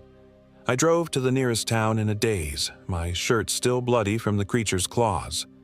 The story I told the police made no sense even to me. Girlfriend disappeared, got lost, don't remember exactly what happened. They organized a search and rescue operation, sent teams into the wilderness to look for Sarah. They never found her. Never found any trace of her except for her broken camera, lying in a creek bed exactly where I said it would be. The official report lists her as missing, presumed dead due to misadventure. I know better. She isn't missing, and she isn't dead. She's been absorbed, consumed, made part of something that should never have existed. Somewhere in the vast darkness between worlds, her consciousness persists as a memory in the mind of a creature that feeds on stolen identity. The doctors here in Greenville think I'm suffering from survivor's guilt and PTSD. They've put me on medication and scheduled twice-weekly therapy sessions. They think time will heal the trauma, that eventually I'll be able to process what happened and move on with my life. They're wrong about that, too. Because the creature is still out there. Wounded, perhaps, but not destroyed. I've been researching since I got out of the hospital, reading old folklore and Cherokee legends about the thin places where other things can cross over. Places like Ellicott Rock, where boundaries meet and barriers break down. The stories all say the same thing. These creatures never die, not really. They fade for a while, retreat to whatever dimension spawned them, but eventually they heal, adapt, evolve, and then they come back. It's been 6 months since the incident. I've moved back to Columbia, tried to resume my normal life, but every night I check the locks on my doors and windows. Every shadow makes me jump. Every stranger's face makes me wonder if something hungry is wearing it like a mask. Because I killed one of them, and they don't forgive. They don't forget. And somewhere in the dark spaces between here and there, a creature that once wore my girlfriend's face is learning new ways to hunt. It knows where I live. It knows my habits, my weaknesses, my fears.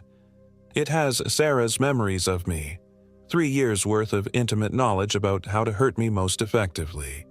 And someday, maybe next week, maybe next year, maybe when I'm old and think I'm finally safe, it's going to come for me.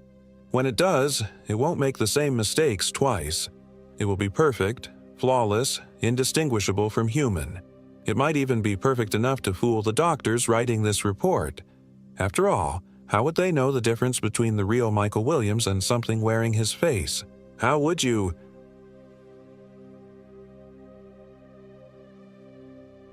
My name is Michael Williams, and I am 28 years old. This happened in the Francis Marion National Forest in South Carolina, deep in the cypress swamps where the Spanish moss hangs like funeral shrouds and the water reflects nothing but darkness. David Jones had been my best friend since college, and when he suggested we take a weekend camping trip to disconnect from the digital noise, I thought it sounded perfect. We both worked soul-crushing corporate jobs in Charleston, spending our days staring at screens and attending meetings that could have been emails. The idea of 3 days in the wilderness, just us and nature, felt like exactly what we needed. David had done his research as always. He'd found a remote section of the Francis Marion National Forest near the old Santee River where few people ventured. "It's pristine," he'd said, spreading maps across my kitchen table. "No cell towers, no hiking trails crowded with families, just pure wilderness." His finger traced a route that would take us deep into the swampland, to a spot he'd marked where an old logging road intersected with a creek. I should have paid more attention to why that area was so empty. We loaded up David's pickup truck on Friday afternoon with enough supplies for 3 days: sleeping bags, tent, water purification tablets, canned food, first aid kit, and David's prized possession, a vintage compass his grandfather had given him. "Technology fails," he'd always say, "but this baby never lies." The drive from Charleston took us through increasingly rural areas. Sprawling suburbs gave way to farmland, then dense forests that seemed to press closer to the road with each mile. David was in high spirits, singing along to classic rock and making jokes about becoming mountain men. I felt my stress melting away as the familiar landmarks of civilization disappeared behind us. We turned off Highway 17 onto a series of smaller roads that grew progressively more damaged and overgrown. The final stretch was barely more than tire ruts cutting through stands of longleaf pine and bald cypress. Spanish moss draped everything like tattered curtains, and the air grew thick with humidity and the smell of decay. "This is it," David announced, pulling over where the road simply ended at a wall of vegetation. "From here, we hike." We shouldered our packs and followed what might have been an old hunting trail deeper into the swamp. The canopy closed overhead, filtering the late afternoon sun into a sickly green twilight. Our boots squelched in the mud, and invisible insects buzzed around our heads in clouds. The deeper we went, the more the normal sounds of the forest seemed to fade, replaced by an oppressive silence broken only by our labored breathing and the occasional splash of something unseen moving through the dark water. After 2 hours of hiking, we reached David's chosen campsite, a small island of relatively dry ground surrounded by cypress knees and black water. It was beautiful in its alien way, but something about the place felt wrong. The silence was too complete. No bird songs, no rustling of small animals, not even the buzz of mosquitoes that should have been swarming in a place like this. "Perfect," David said, dropping his pack. "Told you I'd find us paradise." We set up camp as the sun began to set, working efficiently in the fading light. David had brought a high-quality tent that went up quickly, and I gathered deadwood for a fire. But when I tried to light it, the wood seemed reluctant to catch.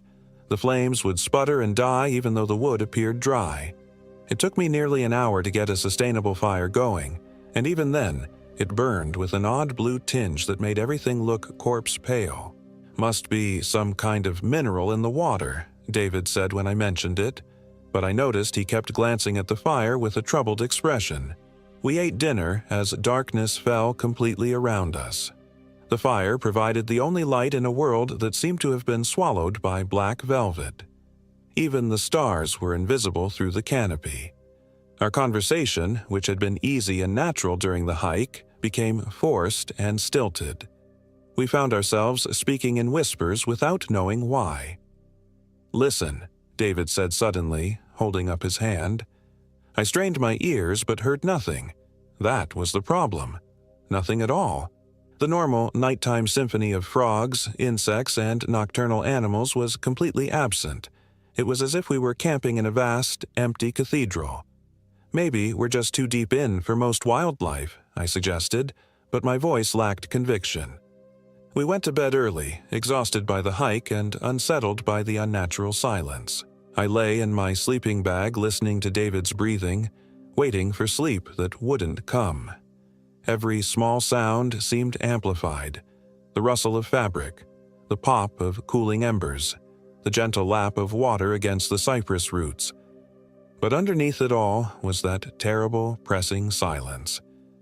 I must have finally dozed, because I was jerked awake by David shaking my shoulder. Gray dawn light was filtering through the tent walls and his face was pale and strained. "Mike, what time did we go to sleep last night?" I fumbled for my watch, though I already had a sinking feeling. "Around 10, maybe 10:30. Why?" "It's noon." I stared at him, then at my watch. The hands showed 12:17 p.m. "That can't be right. Look at the light. It's clearly dawn." David held up his phone, though we both knew there was no signal out here. The screen showed the same time as my watch, 12:17 p.m. But the quality of light filtering through the tent was definitely that soft, gray illumination of early morning. "GPS is fucked, too," David said, his voice tight with controlled panic. "It's showing our location as somewhere in the middle of Lake Marion, 40 feet underwater." We crawled out of the tent to find our campsite exactly as we'd left it, but somehow different. The fire had burned down to cold ashes, which made sense if we'd slept for 14 hours, but the light was all wrong. It felt like dawn, smelled like dawn, but our watches and phones insisted it was past noon. "Maybe the battery died in both our watches," I suggested weakly. David pulled out his grandfather's compass, and we both stared at it in growing unease. The needle spun slowly in lazy circles, never settling on any direction. North, south, east, west. It pointed to all of them and none of them. "Compasses don't just break," David said. "This thing has worked perfectly for 60 years. We decided to hike out. Something was clearly wrong with this place, and the smart thing was to leave immediately. But when we tried to retrace our path from the day before, we couldn't find it. The ground around our campsite showed no sign that we'd ever walked on it. No footprints, no broken vegetation, nothing. It was as if we'd materialized out of thin air. David had marked our route on a topographical map, but when he unfolded it, the ink had run and smeared into meaningless blotches. The paper felt damp and had a sour smell, like milk left too long in the sun. "This is impossible," he said, staring at the ruined map. "I put this in a waterproof case."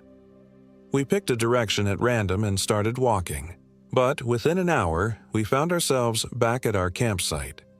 We tried again, choosing a completely different direction, marking our path with broken branches. Same result. The third time, we followed our own marked trail and watched it curve slowly back to where we started, even though we never changed direction.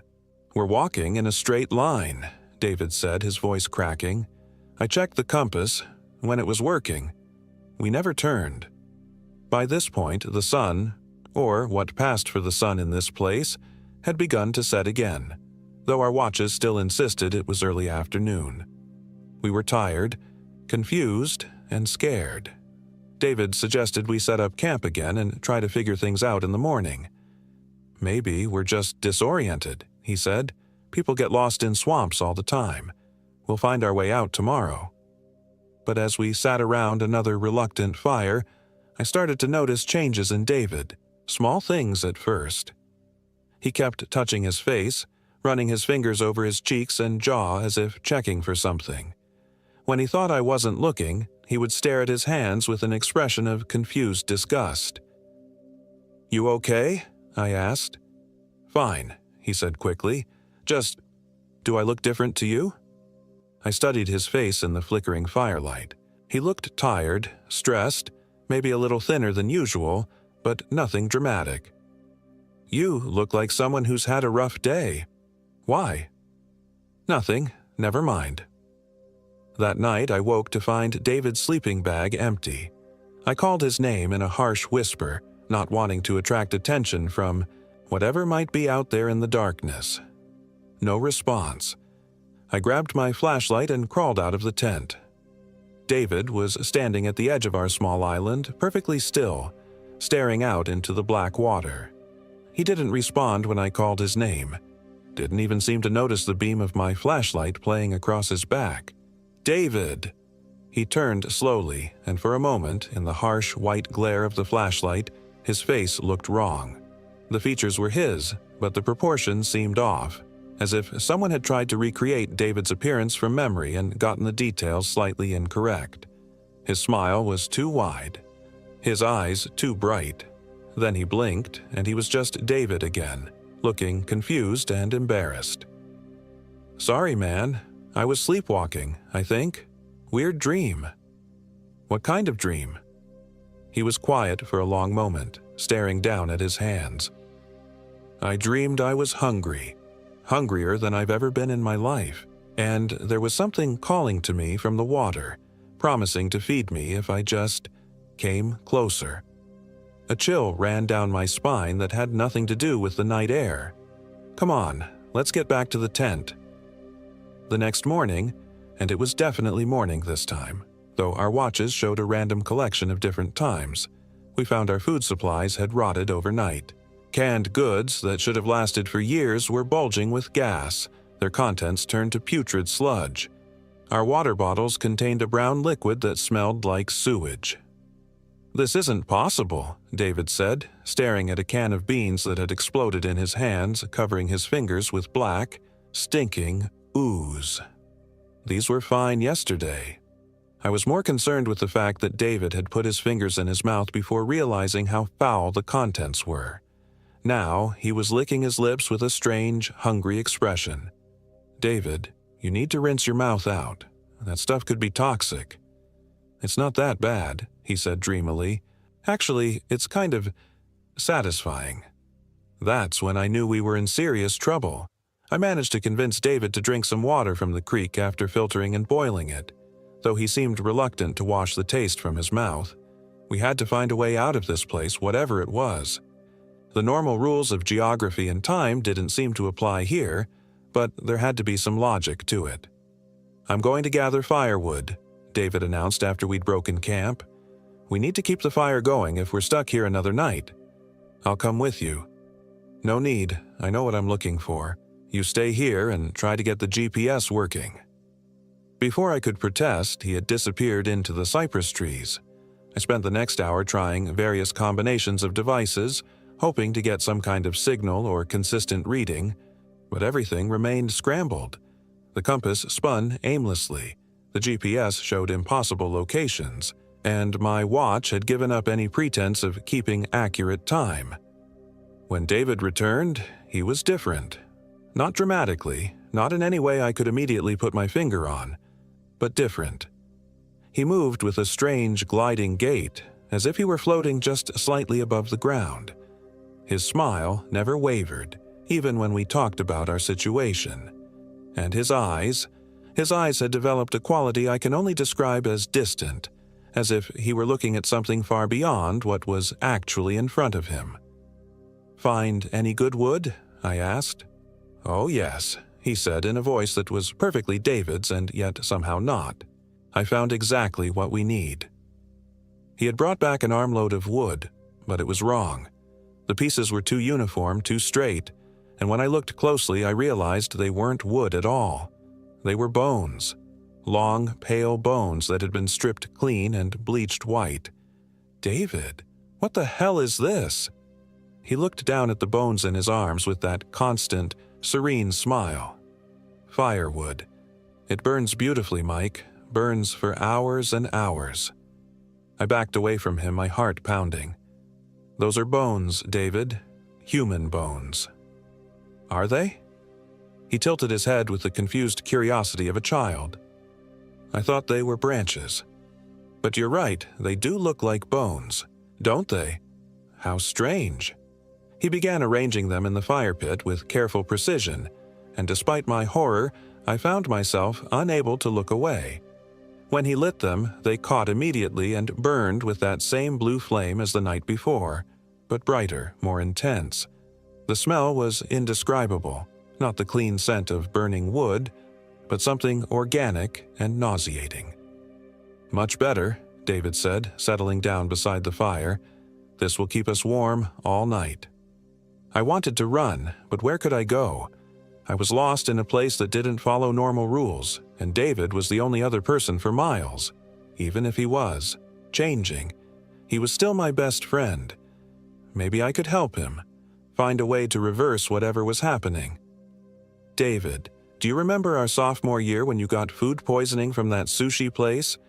You were so sick you hallucinated for 3 days. He looked at me blankly. "I don't eat raw fish." "You loved sushi. It was your favorite food. We went to Sakura House every Friday night." "I've never been to a place called Sakura House." His smile never wavered. "I don't think I've ever eaten raw fish in my life. The very idea seems unappetizing." A sick understanding began to dawn on me. David wasn't just acting strangely. He was losing pieces of himself. Memories, preferences, entire aspects of his personality were being stripped away and replaced with something else. "What about Sarah?" I pressed. "Your girlfriend Sarah. You were planning to propose to her next month." "I don't know anyone named Sarah." "Your job at the insurance company? Your apartment on King Street?" "I don't remember having a job." He poked at the fire with one of the remaining bones, and sparks flew up into the darkness. "I don't remember much of anything from before we came here, but that's okay. I don't think those things were very important." I lay awake all night, listening to David's breathing beside me. It was too slow, too regular, like the breathing of something that had to consciously remember to inhale and exhale. Several times I was certain it had stopped altogether, only to resume after long, terrifying pauses. In the morning, David was gone. I found traces of his passage leading toward the deeper swamp. Not footprints, but rather areas where the vegetation had been disturbed in a pattern that suggested something large had passed through. I followed the trail, calling his name, but the path became increasingly difficult to follow as it led into areas where the water was deeper and the cypress trees grew so close together that I had to turn sideways to squeeze between them. After hours of searching, I found him. He was standing waist-deep in a stagnant pool, perfectly motionless, staring down into the black water. His clothes floated around him in tatters, and his skin had taken on a grayish pallor that made him look like a corpse. But when he heard me approach, he turned and smiled that same, constant smile. "Mike, you found me. I was waiting for you." "David, you need to get out of that water. You're going to get hypothermia." "Oh, I'm not cold. I don't think I feel cold anymore." He took a step toward me, and I saw that his feet weren't touching the bottom of the pool.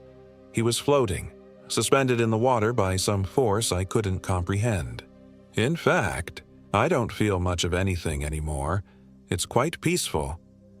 "This isn't you talking. Something's wrong with this place. Something's affecting your mind."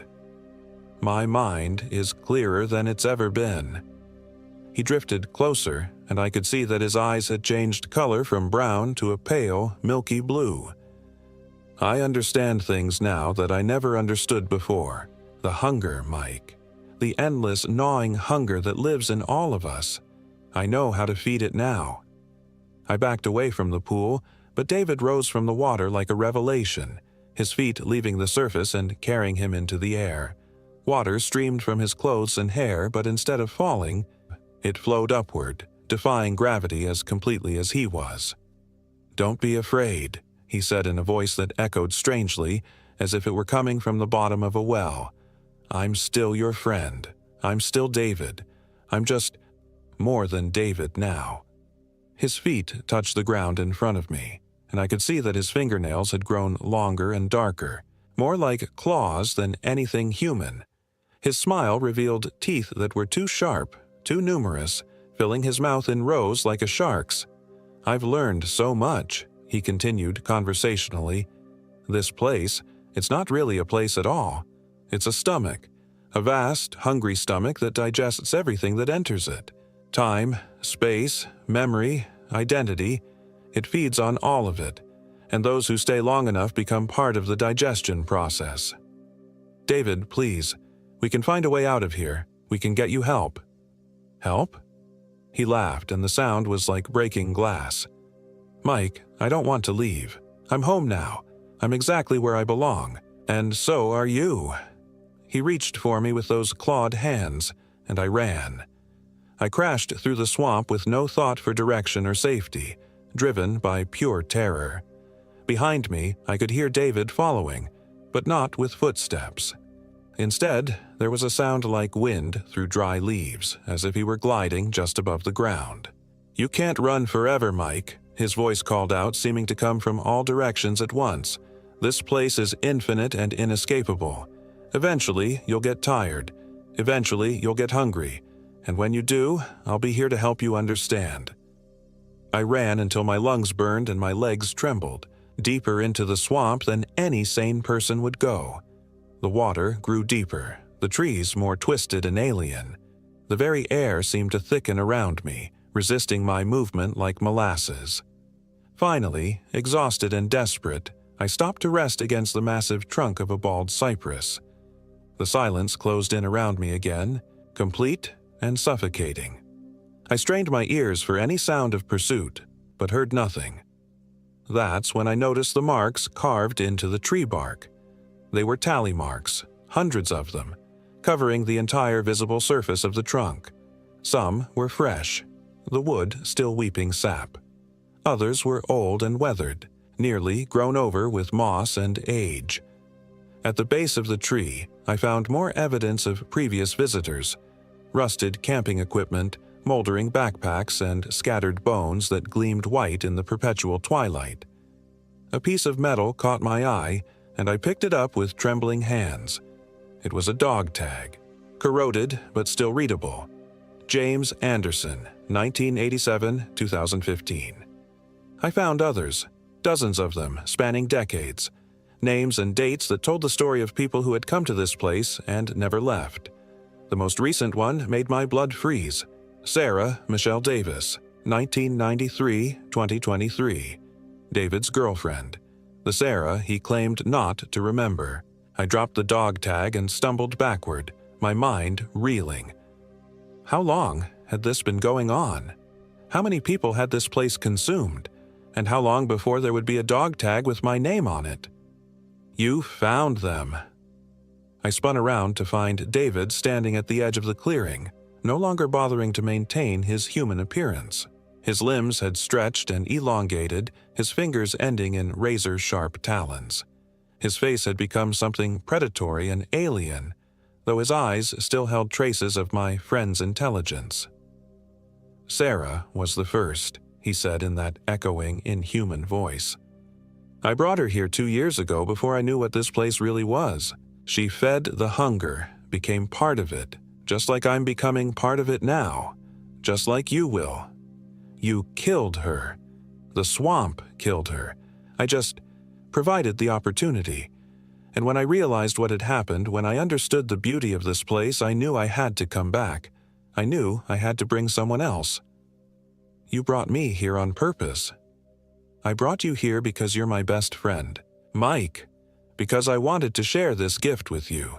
The hunger is terrible when you fight it, but when you embrace it, when you let it consume everything you used to be, there's such peace, such purpose." He began to walk toward me, and with each step, he became less human and more something else. His skin took on the texture of bark, his hair became Spanish moss, his bones cracked and reformed into shapes that had never been part of any earthly anatomy. I ran again, but this time I had a plan. The dog tags had given me an idea. If people had been coming here for decades, there had to be a way out.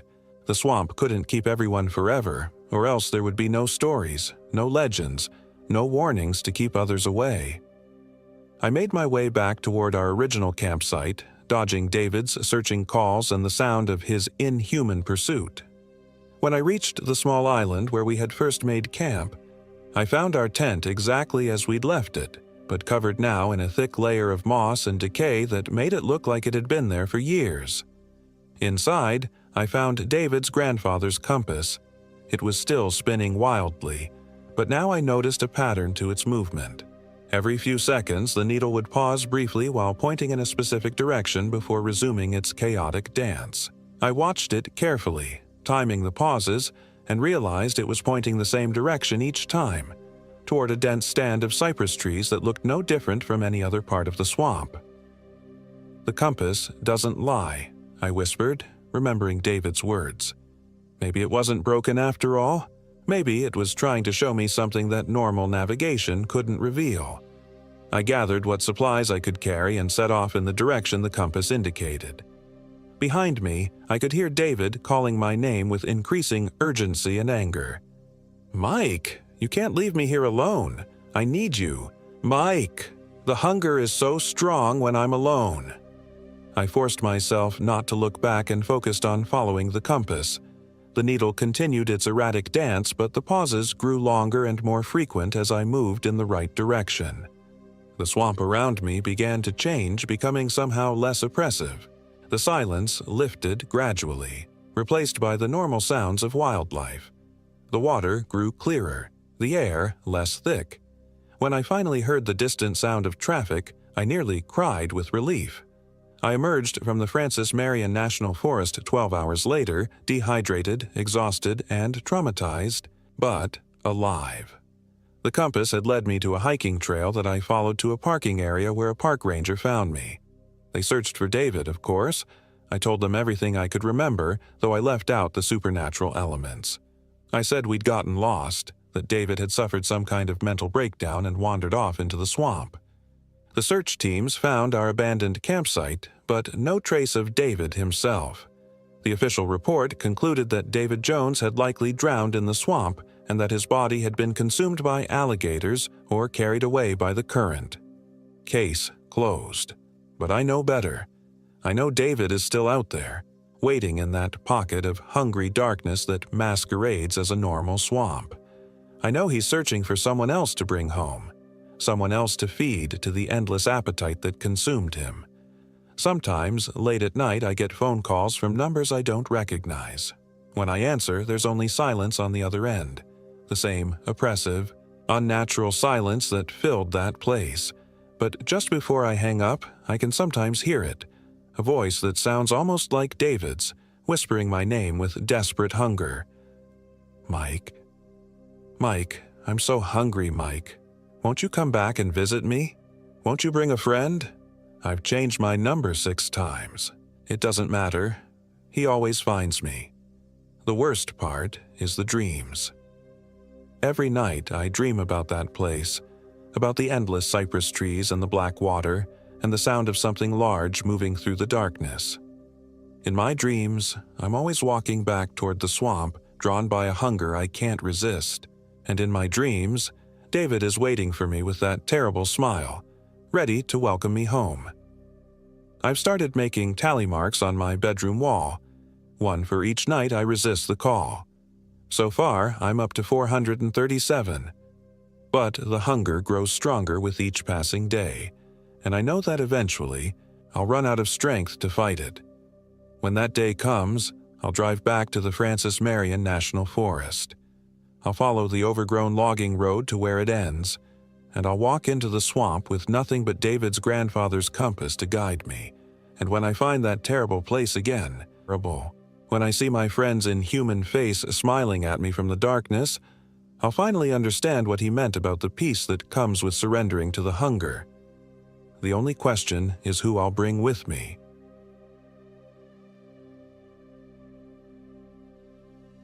My name is James Anderson, and I am 28 years old.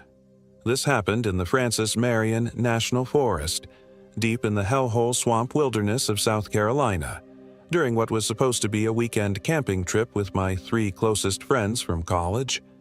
The invitation came from Marcus Chen, my old roommate who'd been obsessing over authentic wilderness experiences since his divorce 6 months prior.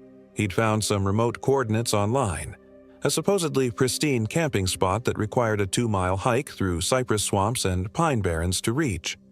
No cell service, no marked trails, just pure South Carolina wilderness where Spanish moss draped like funeral shrouds and the water ran black as motor oil. "We need this, man," Marcus had said, his eyes carrying that hollow look they'd held since Sarah left him. When's the last time we disconnected from everything? Really disconnected? The others were easy to convince. Derek Williams, our perpetual optimist who worked in IT and hadn't taken a real vacation in 3 years, jumped at the chance. And Sarah Thompson, not Marcus's ex but our Sarah from the old gang, agreed immediately, though I caught something strange in her expression when Marcus mentioned the location. A flicker of recognition, maybe even fear, before her usual adventurous grin returned. We met at Marcus's Subaru at dawn on Friday, October 13th. I remember the date because Derek made jokes about it being unlucky, and we all laughed. God, how we laughed. The drive took us deeper into Berkeley County than I'd ever been, past abandoned gas stations and rusted mailboxes hanging like broken bones from tilted posts. The GPS signal died somewhere near the Wambaugh Creek Wilderness, and Marcus switched to his backup, a handheld device he'd bought specifically for this trip. Technology fails out here, he said with what I now recognize as perverse satisfaction. That's the point. We parked at what used to be a logging road, now barely visible through the encroaching vegetation. The air was thick with humidity and the earthy smell of decomposition. Organic, natural death that feeds new life. Perfectly normal. I told myself that then, and I'm telling myself that now, though my hands shake as I write this. The hike began pleasantly enough. Derek chatted about some new video game. Sarah photographed interesting fungi with her old film camera, and Marcus led us with the focused intensity of a man trying to outrun his demons. The trail, if you could call the barely visible deer path a trail, wound through longleaf pines and live oaks draped in Spanish moss that seemed to whisper secrets in the humid breeze. It was Sarah who first noticed something wrong. "James," she called softly, stopping near a massive bald cypress. "Look at this." Carved into the bark, about eye level, were symbols I didn't recognize. Not letters or numbers, but angular scratches that seemed to suggest meaning without conveying it. They were old. The bark had grown around the edges, but not ancient. Maybe 10 or 15 years. "Probably just kids messing around," Derek said, but his voice carried a forced lightness. Marcus studied the marks with disturbing interest. "Indigenous, maybe. The Santee people used to hunt through here." Sarah shook her head. "These aren't Native American. I wrote my senior thesis on regional indigenous cultures, remember? This is something else." The symbols repeated on other trees as we continued deeper, always at eye level, always facing the direction we were walking, as if someone had marked a path, or a boundary. The forest gradually changed character as we approached our destination. The pines gave way to older growth, massive cypresses whose roots disappeared into dark water that reflected nothing. The Spanish moss grew thicker, creating a canopy so dense that noon felt like dusk. Sound behaved strangely here. Our voices seemed to die just feet from our mouths, while distant noises, splashes, rustling, things we couldn't identify, carried impossibly far. "There," Marcus announced after nearly 2 hours of hiking. "Perfect." Our campsite was a small rise of dry land surrounded by black water on 3 sides. Moss-draped trees formed natural walls, and a fire ring of blackened stones suggested others had camped here before. It was beautiful in an alien way, like stepping into a primordial world where humans had never existed. We set up camp in the fading afternoon light. Derek and I erected the tents while Sarah collected firewood, and Marcus studied his maps with obsessive precision. The coordinates he'd found online led exactly here, to this isolated island in the swamp. "Where did you say you found this place?" Sarah asked as we organized our gear. "Camping forum," Marcus replied without looking up. "Some guy named Ezekiel H. posted the coordinates with a bunch of photos. Said it was the most isolated spot he'd ever found." Sarah's camera froze halfway to her eye. "Ezekiel? That's not exactly a common name." "Why? You know an Ezekiel?" She was quiet for a long moment, then resumed photographing our campsite. My grandmother used to tell stories about this area, about a man named Ezekiel Horn who lived out here in the early 1900s. He was strange, even by local standards. What kind of strange? I asked, though part of me didn't want to know. The kind where children went missing, she said quietly. The kind where livestock was found torn apart in ways that didn't make sense. The kind where people stopped coming into this part of the swamp altogether. Derek laughed nervously. Come on, Sarah. You're creeping me out. I'm not trying to creep you out. I'm just saying maybe we should have researched this place a little more thoroughly. Marcus finally looked up from his maps, irritation flashing across his face. It's been over a century. Even if your grandmother's stories were true, which they probably weren't, what's that got to do with us? The argument that followed was brief but heated. Sarah wanted to leave immediately. Marcus accused her of trying to sabotage his trip. Derek tried to play peacemaker, and I found myself caught between loyalty to old friends and a growing unease I couldn't articulate. In the end, we stayed. The sun was already setting. We were tired, and the prospect of hiking 2 miles through swamp in darkness appealed to none of us. Sarah agreed to stay one night, but only if we left first thing in the morning. We should have listened to her. Dinner was freeze-dried camping food cooked over a fire that seemed reluctant to burn. The wood was dry enough, but the flames kept guttering down to coals despite having plenty of fuel. Even stranger, the fire burned an odd greenish color at the base, something Derek attributed to minerals in the local wood. As darkness fell, the swamp came alive with sounds. Normal sounds, mostly. Frogs, insects, the splash of something diving in distant water. But underneath the familiar chorus was something else, a low thrumming that seemed to come from the earth itself. It was barely audible, more felt than heard, like the bass note of some massive, distant engine. "What is that?" I asked during a lull in conversation. "What's what?" Derek replied. "That humming, that vibration." They all listened. Marcus shrugged. "Don't hear anything unusual." But Sarah was nodding slowly. "I feel it too. It's like something breathing underground." We told stories around the struggling fire, carefully avoiding anything too frightening given our already nervous mood.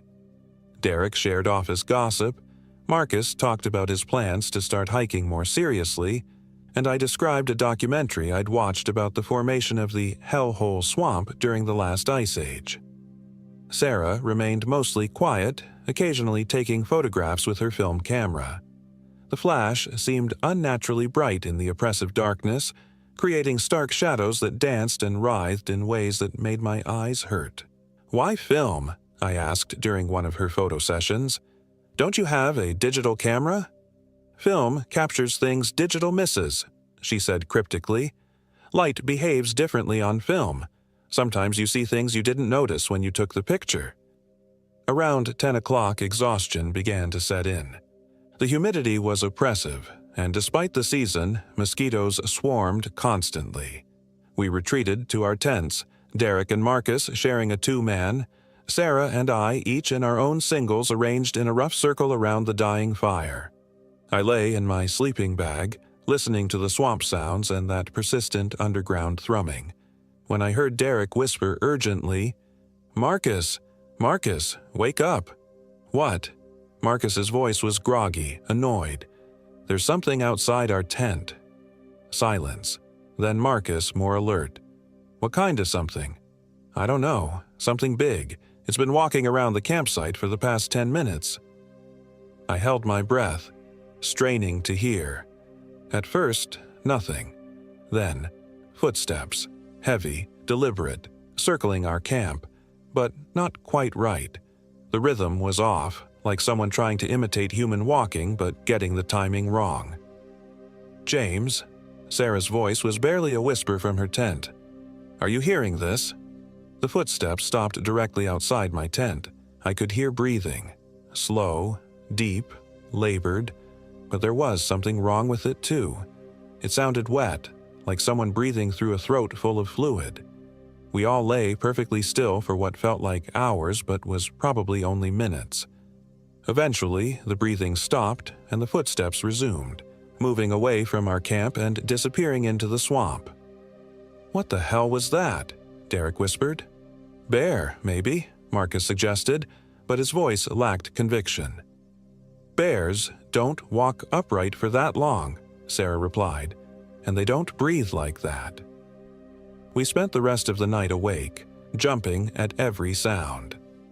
When dawn finally broke gray and humid through the moss-draped trees, we emerged from our tents haggard and nervous. "So," Derek said, forcing a smile, "ready to head home?" We packed quickly, eager to put distance between ourselves and whatever had visited our camp. But when Marcus consulted his GPS device, his face went pale. "This isn't right," he muttered, pressing buttons frantically. "What's not right?" "According to this, we're 15 miles north of where we should be. That's impossible. We didn't move during the night." I looked over his shoulder at the device's screen. The coordinates displayed were indeed different from those he'd shown us yesterday, but the landscape around us looked identical to what we'd fallen asleep in. "Electronics malfunction out here," Sarah said firmly. "That's why we need to stick to the original path. We hike back the way we came." But when we looked for our trail from yesterday, we couldn't find it.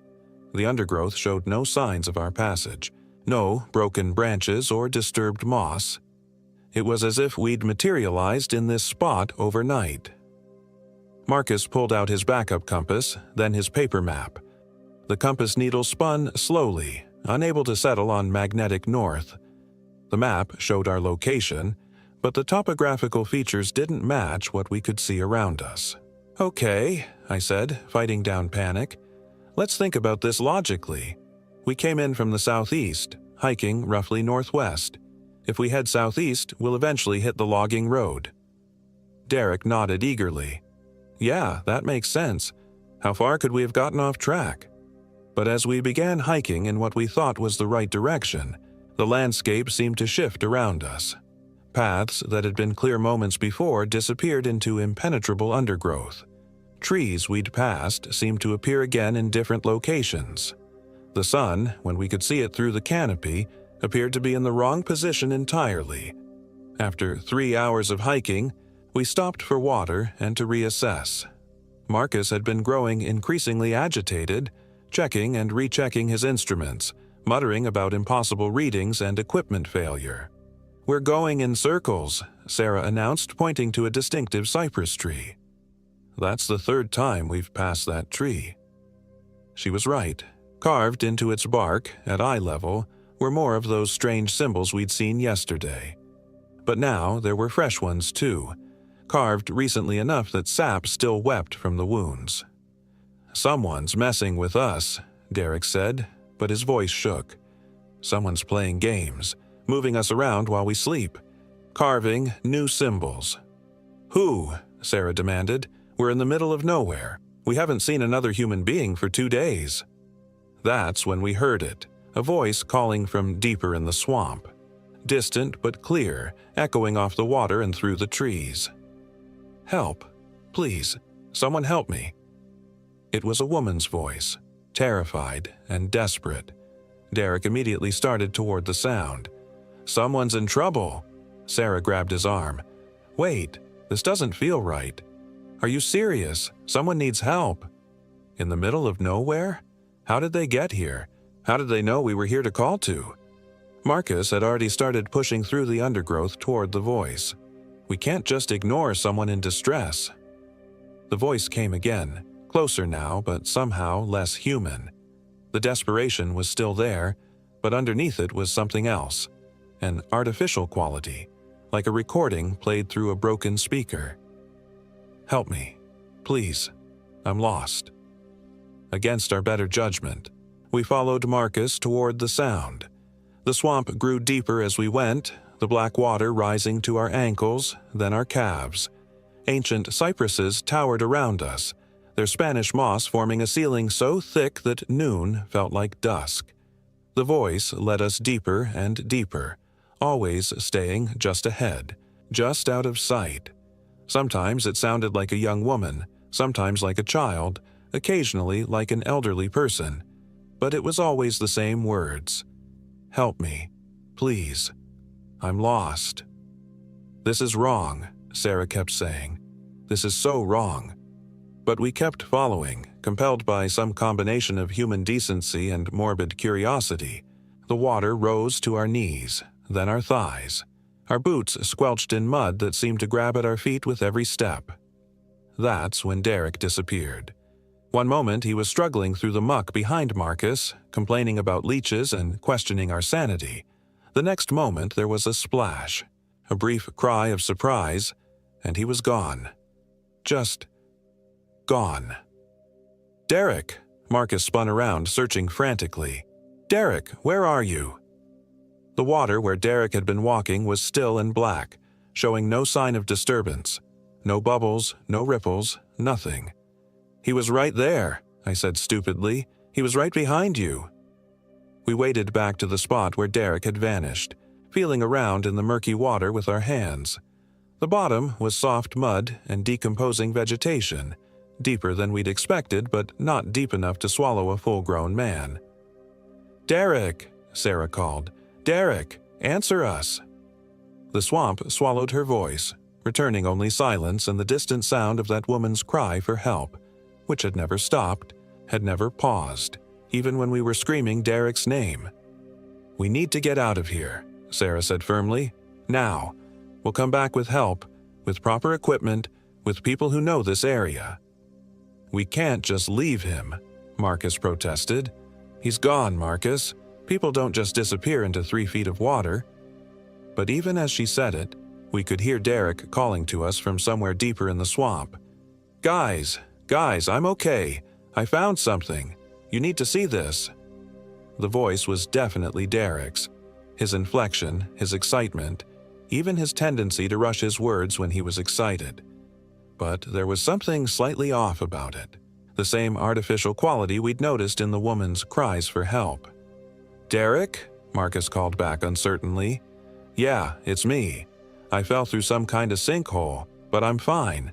There's something incredible down here. You have to see this." Sarah grabbed my arm. "That's not Derek." "What do you mean?" "It sounds exactly like him." Listen to the words. When has Derek ever used the word incredible? He says awesome, or amazing, or cool, but never incredible. And he's terrified of enclosed spaces. He'd be panicking if he'd fallen into a sinkhole, not excited about what he found. The voice called again. "Come on, guys. Just follow my voice. This is incredible."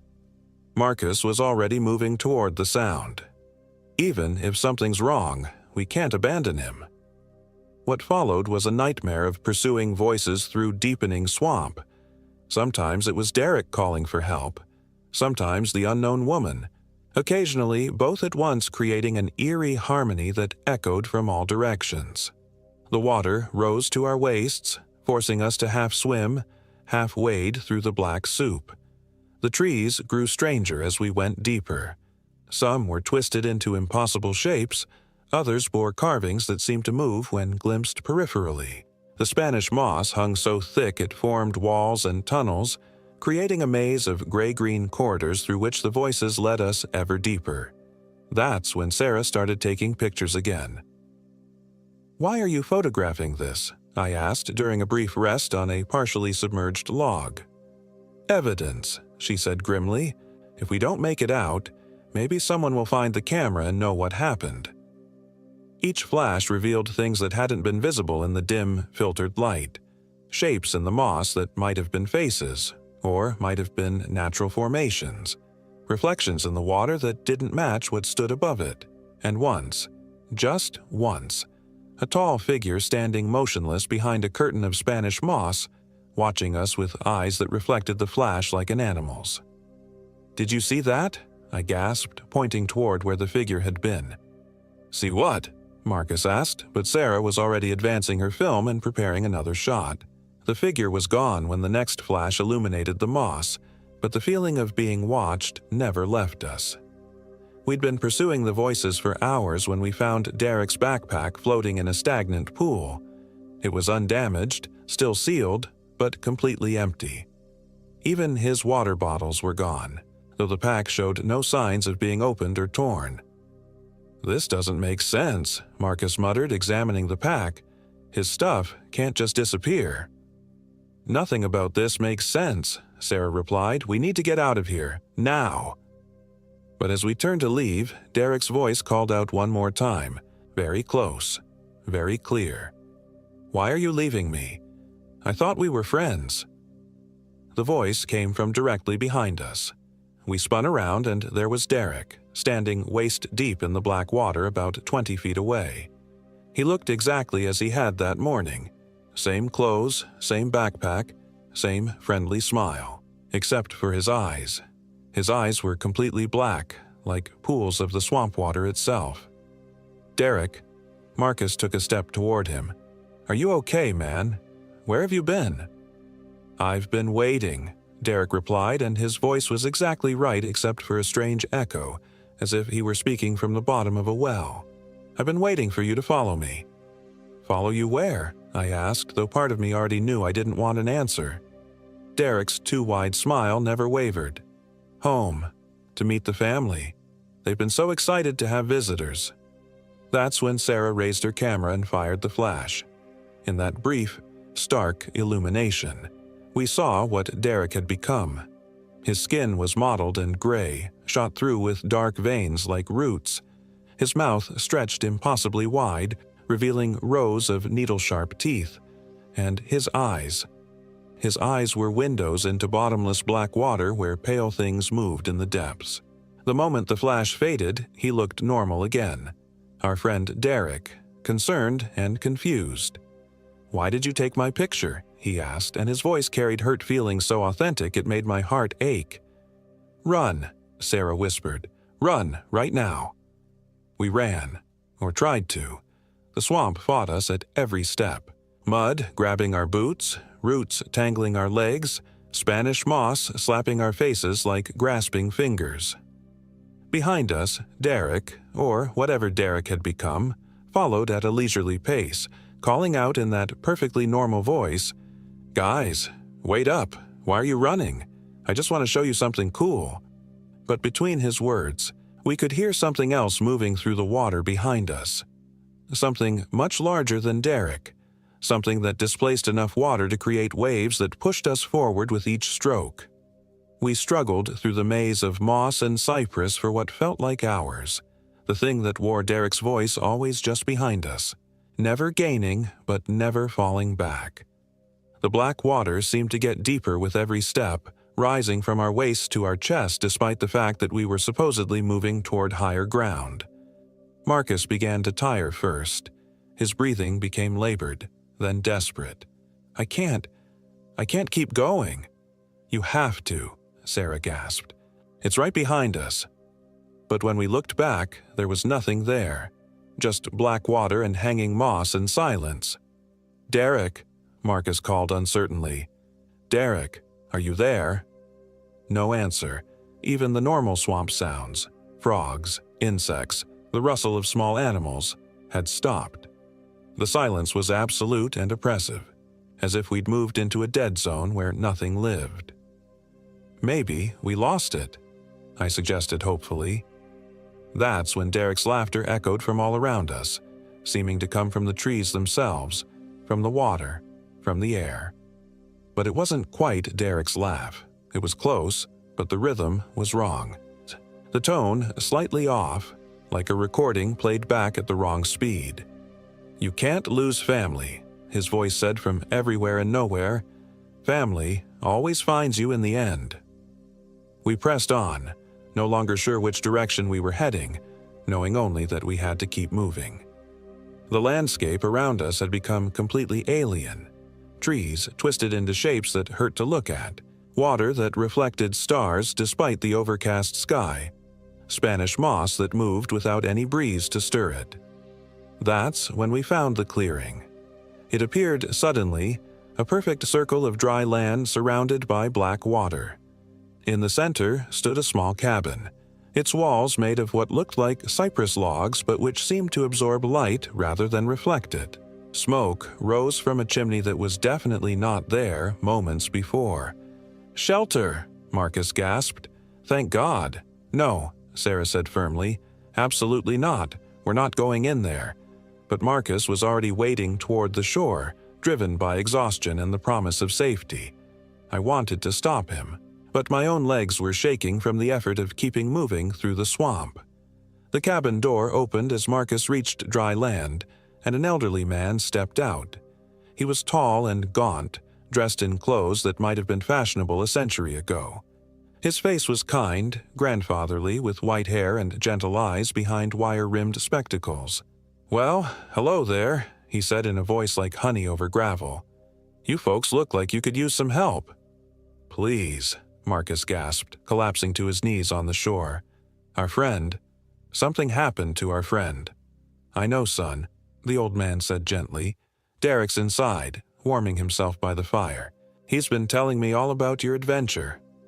My blood turned to ice. We'd never mentioned Derek's name. Sarah was pulling at my arm, trying to drag me back into the swamp, but I couldn't move. The old man's eyes had found mine, and in them I saw the same bottomless darkness we'd seen in Derek's transformed face. "Why don't you all come inside?" the old man continued. "It's warm and dry, and Derek's been so worried about you. He'll be so relieved to see you're safe." Marcus was already walking toward the cabin, moving like a man in a trance. Through the open door, I could see a figure sitting by a fireplace, definitely Derek, looking perfectly normal, turning to wave at us with his familiar, friendly grin. "That's not Derek," Sarah whispered, but even she seemed drawn toward the promise of warmth and shelter. "Of course it's Derek," the old man chuckled. "Who else would it be? Come now, don't be shy. We're all family here." Something about that word, family, broke the spell. I grabbed Sarah's hand and pulled her back into the swamp, away from the cabin and the old man and the thing that wore Derek's face. "Wait," the old man called after us, and now his voice carried an edge of anger. "You can't leave. Not when you've come so far. Not when you're so close to understanding." We ran again, splashing through the black water as fast as our exhausted bodies could manage. Behind us, the old man's voice rose to a howl that seemed to shake the very trees. "You can't leave family. Family is forever. Family is forever." The howl was joined by other voices. Derek's laugh, the woman's cries for help, and sounds that weren't quite human, weren't quite animal, but suggested something ancient and hungry stirring in the depths of the swamp. I don't know how long we ran. Time seemed to have no meaning in that place. Sometimes it felt like minutes, sometimes like hours. The water rose and fell around us without any apparent logic, sometimes chest deep, sometimes barely covering our ankles. The landscape shifted and changed, trees appearing and disappearing, paths opening and closing behind us. Eventually, we found ourselves back at our original campsite. The same fire ring, the same moss-draped trees, even our abandoned tents still standing exactly where we'd left them. But it was wrong. Everything was wrong. The shadows fell in the wrong directions. The Spanish moss hung too still, as if frozen in place, and the symbols carved into the trees had multiplied, covering every available surface with angular scratches that seemed to writhe and shift when observed directly. "This can't be right," I said. "We've been walking for hours. We should be miles from here." Sarah was examining the symbols with her camera, taking photograph after photograph. "It's a trap," she said quietly.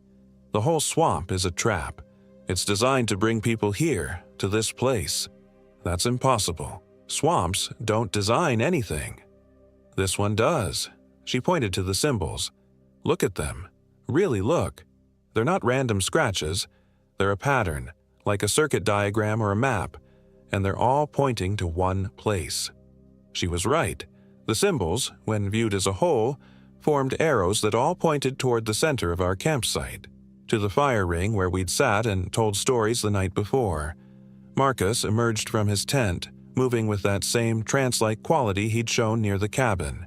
His eyes were unfocused, distant, and when he spoke, his voice carried that same artificial echo we'd heard from Derek. "We should build a fire," he said. "The family will be here soon. They'll want to see a proper welcome." "Marcus?" I approached him carefully. "Are you okay?"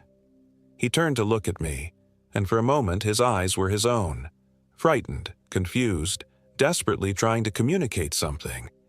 His mouth moved silently, forming words I couldn't understand. Then the moment passed, and that dreamy smile returned. "I'm fine," he said.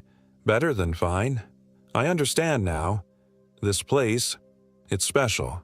It's where we belong." Sarah grabbed my arm. "We have to get out of here, now, before whatever happened to Derek happens to Marcus, too." But the swamp around our campsite had changed. Where before there had been multiple ways to approach the clearing, now there was only one path leading away, a narrow strip of dry land that disappeared into the moss-draped darkness. "That's not the way we came in," I said.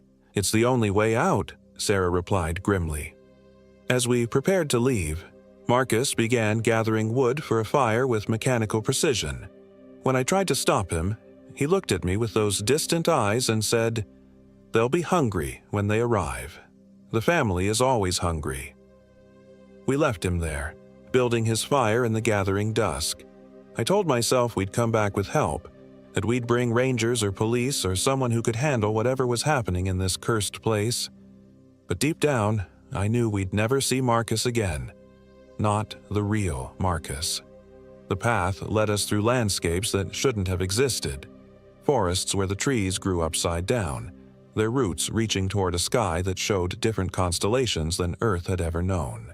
We walked through clearings filled with flowers that smelled like rotting meat, across streams that flowed uphill, past ruins of buildings that couldn't have been built by human hands. All the while, voices called to us from the darkness. Derek's voice, pleading for us to come back and help him. Marcus's voice, excited about the wonderful things he'd discovered. The old man's voice, explaining patiently that we were family now, that family doesn't abandon family. And, underneath it all, that woman's cry for help that had started this nightmare. "Help me, please. I'm lost." Sarah kept taking pictures, documenting our journey through impossible geography. I asked her why, and she said, "Someone needs to know. Someone needs to understand what this place is, what it does to people." "What do you think it is?" She was quiet for a long time, following the path through a grove of trees whose bark was covered in what looked like human handprints. "My grandmother used to tell stories," she finally said. "Not just about Ezekiel Horn, but about this whole area. She said it was a hungry place, a place that fed on people. Not their bodies, their essence, their humanity. It would take what made them human and leave behind echoes, copies that looked right but felt wrong. That's just folklore, superstition." "Is it? We've seen Derek. We've seen what's happening to Marcus. This place doesn't kill people, it replaces them. It creates perfect copies that go back into the world, but they're not quite right. They're missing something essential." The thought chilled me more than the night air. How many people had gone missing in these swamps over the years? How many had returned home slightly different, slightly wrong, carrying something hungry and alien inside familiar faces? We walked through the night, following the path as it wound through increasingly surreal landscapes. Dawn came gray and humid, filtering through Spanish moss that formed words in languages I didn't recognize. The path finally ended at what looked like a normal road, cracked asphalt with faded yellow lines, exactly like thousands of rural roads throughout South Carolina. But when we reached it, our legs gave out. We collapsed on the warm pavement, exhausted beyond measure, barely able to believe we'd escaped. That's when I noticed Sarah wasn't moving. "Sarah?" I rolled over to check on her. "Sarah, we made it. We're out." She was lying, face down on the asphalt, her camera clutched in one hand. When I touched her shoulder, she felt cold despite the humid morning air. "Sarah?" She rolled over slowly, and I saw her eyes. They were completely black, like pools of swamp water, like Derek's eyes had been in that final moment before the flash faded. "I've been waiting for you to follow me," she said in her own voice, but with that same artificial echo. "I've been waiting so long." I scrambled backward, my exhausted muscles screaming in protest. "You're not Sarah."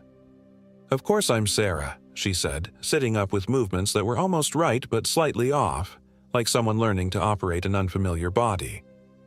"Who else would I be?" She raised her camera and smiled. Sarah's smile, but too wide, lasting too long. "I got some wonderful pictures on our trip," she said. "Would you like to see them?" I ran. Again. Even though my legs could barely carry me, even though my lungs burned with every breath, I ran down that cracked asphalt road, leaving behind the thing that wore Sarah's face and Sarah's voice but wasn't Sarah anymore. The road led to a gas station. A real gas station with real people and real cars and cell phone service. I called 911, tried to explain about my missing friends, about the things I'd seen in the swamp. They sent out search teams, but they never found Marcus or Derek or Sarah. They never found our campsite or the cabin or the old man. They did find Sarah's car, though. It was parked at the gas station where I'd called for help, with her keys in the ignition and her purse on the passenger seat. The attendant said she'd been there for 2 days, waiting for her friend to come pick her up. But I knew better. I knew the thing wearing Sarah's face had driven her car out of the swamp, had created a trail of evidence to support its story.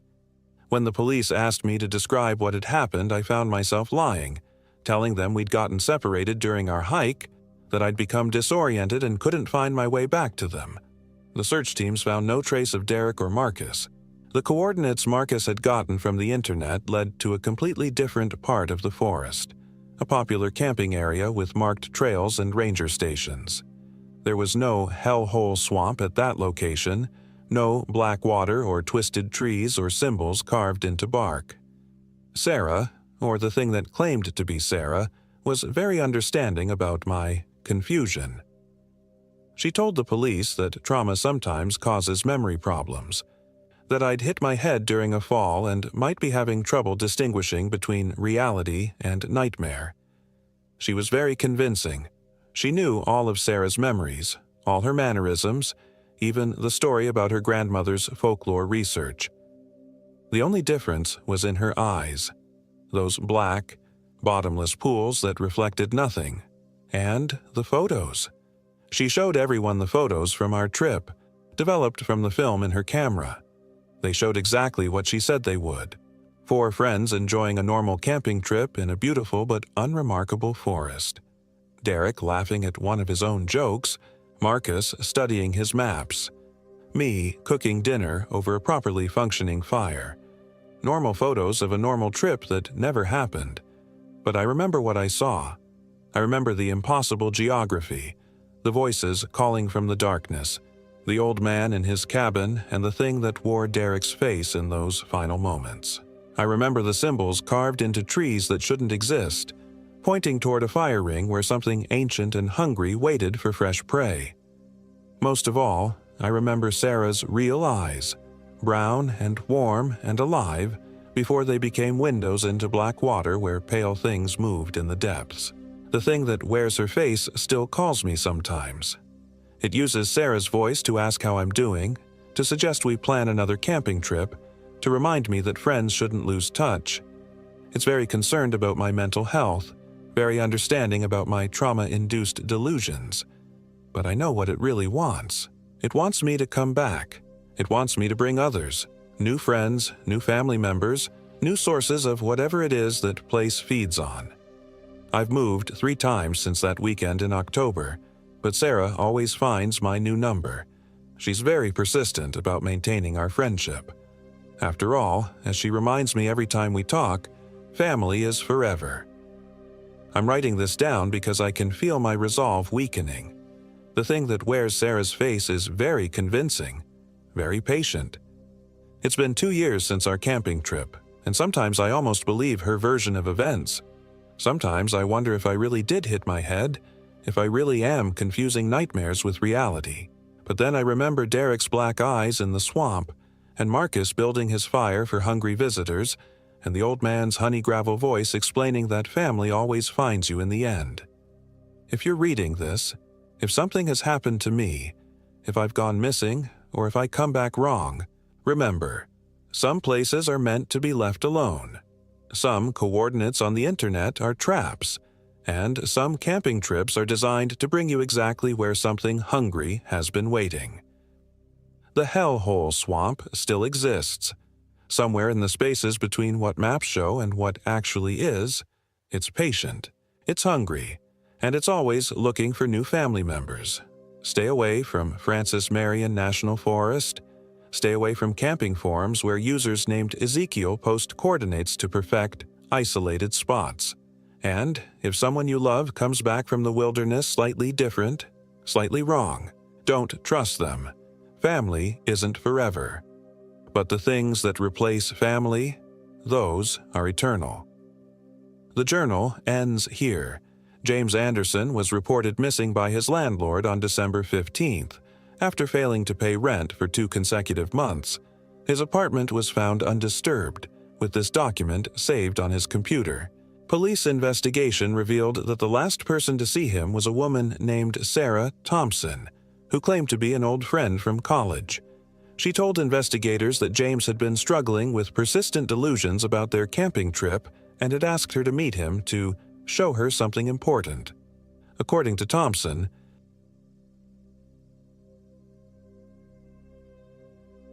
"My name is Michael Williams and I am 28 years old. This happened in the Francis Marion National Forest, deep in the South Carolina Lowcountry, where the ancient cypress swamps meet endless stretches of pine and the Spanish moss hangs like funeral shrouds from every branch. It was supposed to be a simple weekend camping trip. 3 old college friends reconnecting after years of adult responsibilities had pulled us in different directions. There was Marcus Thompson, my former roommate who'd become some hotshot investment banker in Charlotte, always checking his phone even when we were supposed to be off the grid. Then there was David Chen, the quiet one who'd turned his computer science degree into a successful career in cybersecurity, though he still jumped at shadows and insisted on bringing enough gear to survive a month in the wilderness. And finally, there was Tommy Brennan, the eternal optimist who'd somehow convinced us all to leave civilization behind for what he called a real adventure. The plan was straightforward: 3 days and 2 nights in the remote sections of Francis Marion, near the old Santee River tributaries where the forest grows thick and dark and cell service becomes a distant memory. We'd picked a spot Tommy had found on some obscure hiking forum, a clearing supposedly untouched by the usual camping crowds, accessible only by a barely maintained fire road that branched off Highway 17 about 20 miles north of McClellanville. The first sign something was wrong should have been the ranger station.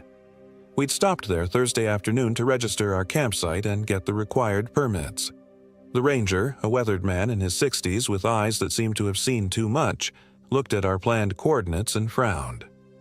"Y'all sure about this location?" he asked, tapping the map with a gnarled finger. "That's pretty far out. Most folks stick to the established campgrounds." "We're experienced," Tommy replied with his characteristic confidence. "We want to get away from the crowds." The ranger studied us for a long moment, then shrugged. "Your funeral," he muttered, stamping our permits. But as we were leaving, he called out, "Y'all be careful out there.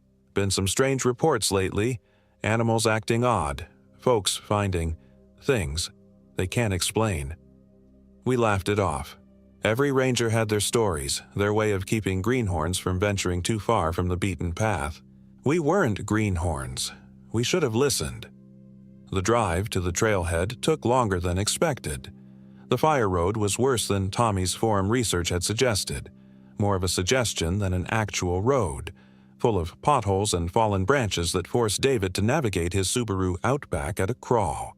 By the time we reached the GPS coordinates where we planned to start hiking, the afternoon sun was already filtering through the canopy at a sharp angle, casting long shadows that seemed to move independently of the breeze. The forest here was different from the usual pine plantations that dominated much of the Francis Marion. This was older growth, a mixture of massive bald cypresses, water oaks, and sweet gums that created a canopy so thick it felt like twilight even in broad daylight. The air hung heavy with humidity and the earthy smell of decomposition, that rich aroma of life and death intertwined that defines the low country swamps. "Jesus," Marcus said, slapping at a mosquito. "How far are we hiking?" "About 3 miles," Tommy replied, shouldering his pack. "The clearing should be perfect. According to the forum post, there's even a natural spring." We started hiking along what might charitably be called a trail, though it looked more like an animal path that occasionally showed signs of human passage.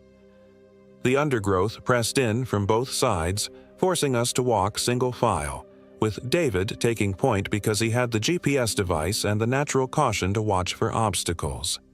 The deeper we went, the more oppressive the atmosphere became. The usual sounds of the forest, birds calling, squirrels chattering, insects buzzing, seemed muted, as if the trees themselves were absorbing the noise. Our footsteps sounded unnaturally loud on the spongy ground, and more than once I caught myself glancing over my shoulder, certain someone was following us.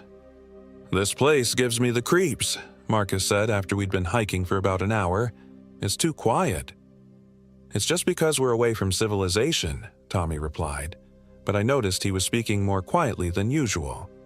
"You'll get used to it." David, who'd been silent for most of the hike, suddenly stopped. "Guys," he said, his voice tight, "look at this." He was standing beside a massive oak tree, its trunk easily 6 feet in diameter. Carved into the bark, about chest high, were symbols I'd never seen before. Not letters or numbers, but geometric patterns that seemed to hurt your eyes if you looked at them too long. The cuts were old, but not ancient, maybe a few years, and they'd been made deep enough that they were still clearly visible despite the tree's attempts to heal. "Probably just some kids messing around," Marcus said, but he sounded uncertain. "Kids would carve initials or draw penises," David replied. "This is something else." Tommy was already moving past the tree. "Come on, we're burning daylight. We need to set up camp before dark." The clearing, when we finally reached it, was exactly as advertised. A rough circle of open space about 50 yards across, surrounded by towering trees that formed a natural amphitheater. A small spring bubbled up from a rocky outcropping on the eastern side, creating a clear pool before disappearing into the surrounding swampland. It should have been beautiful. Instead, it felt wrong. There was something about the proportions of the space, the way the shadows fell, the complete absence of any bird or animal sounds. Even the insects seemed to avoid the clearing. We'd encountered plenty of mosquitoes and gnats on the hike-in, but here there was nothing. Just an oppressive silence that seemed to press against your eardrums. "Well," Tommy said, dropping his pack with forced enthusiasm, "home, sweet home." We set up our tents in a rough triangle around where we planned to build the fire pit, following basic camping protocols despite the unease that seemed to be growing in all of us. Marcus kept checking his phone, swearing under his breath when he confirmed there was no signal. David busied himself with an almost obsessive attention to detail, checking and rechecking every stake and guy line on his tent. I found myself studying the tree line, looking for something I couldn't name. As the sun began to set, the character of the clearing changed completely. The shadows didn't just lengthen, they seemed to deepen, becoming pools of absolute darkness that the eye couldn't penetrate.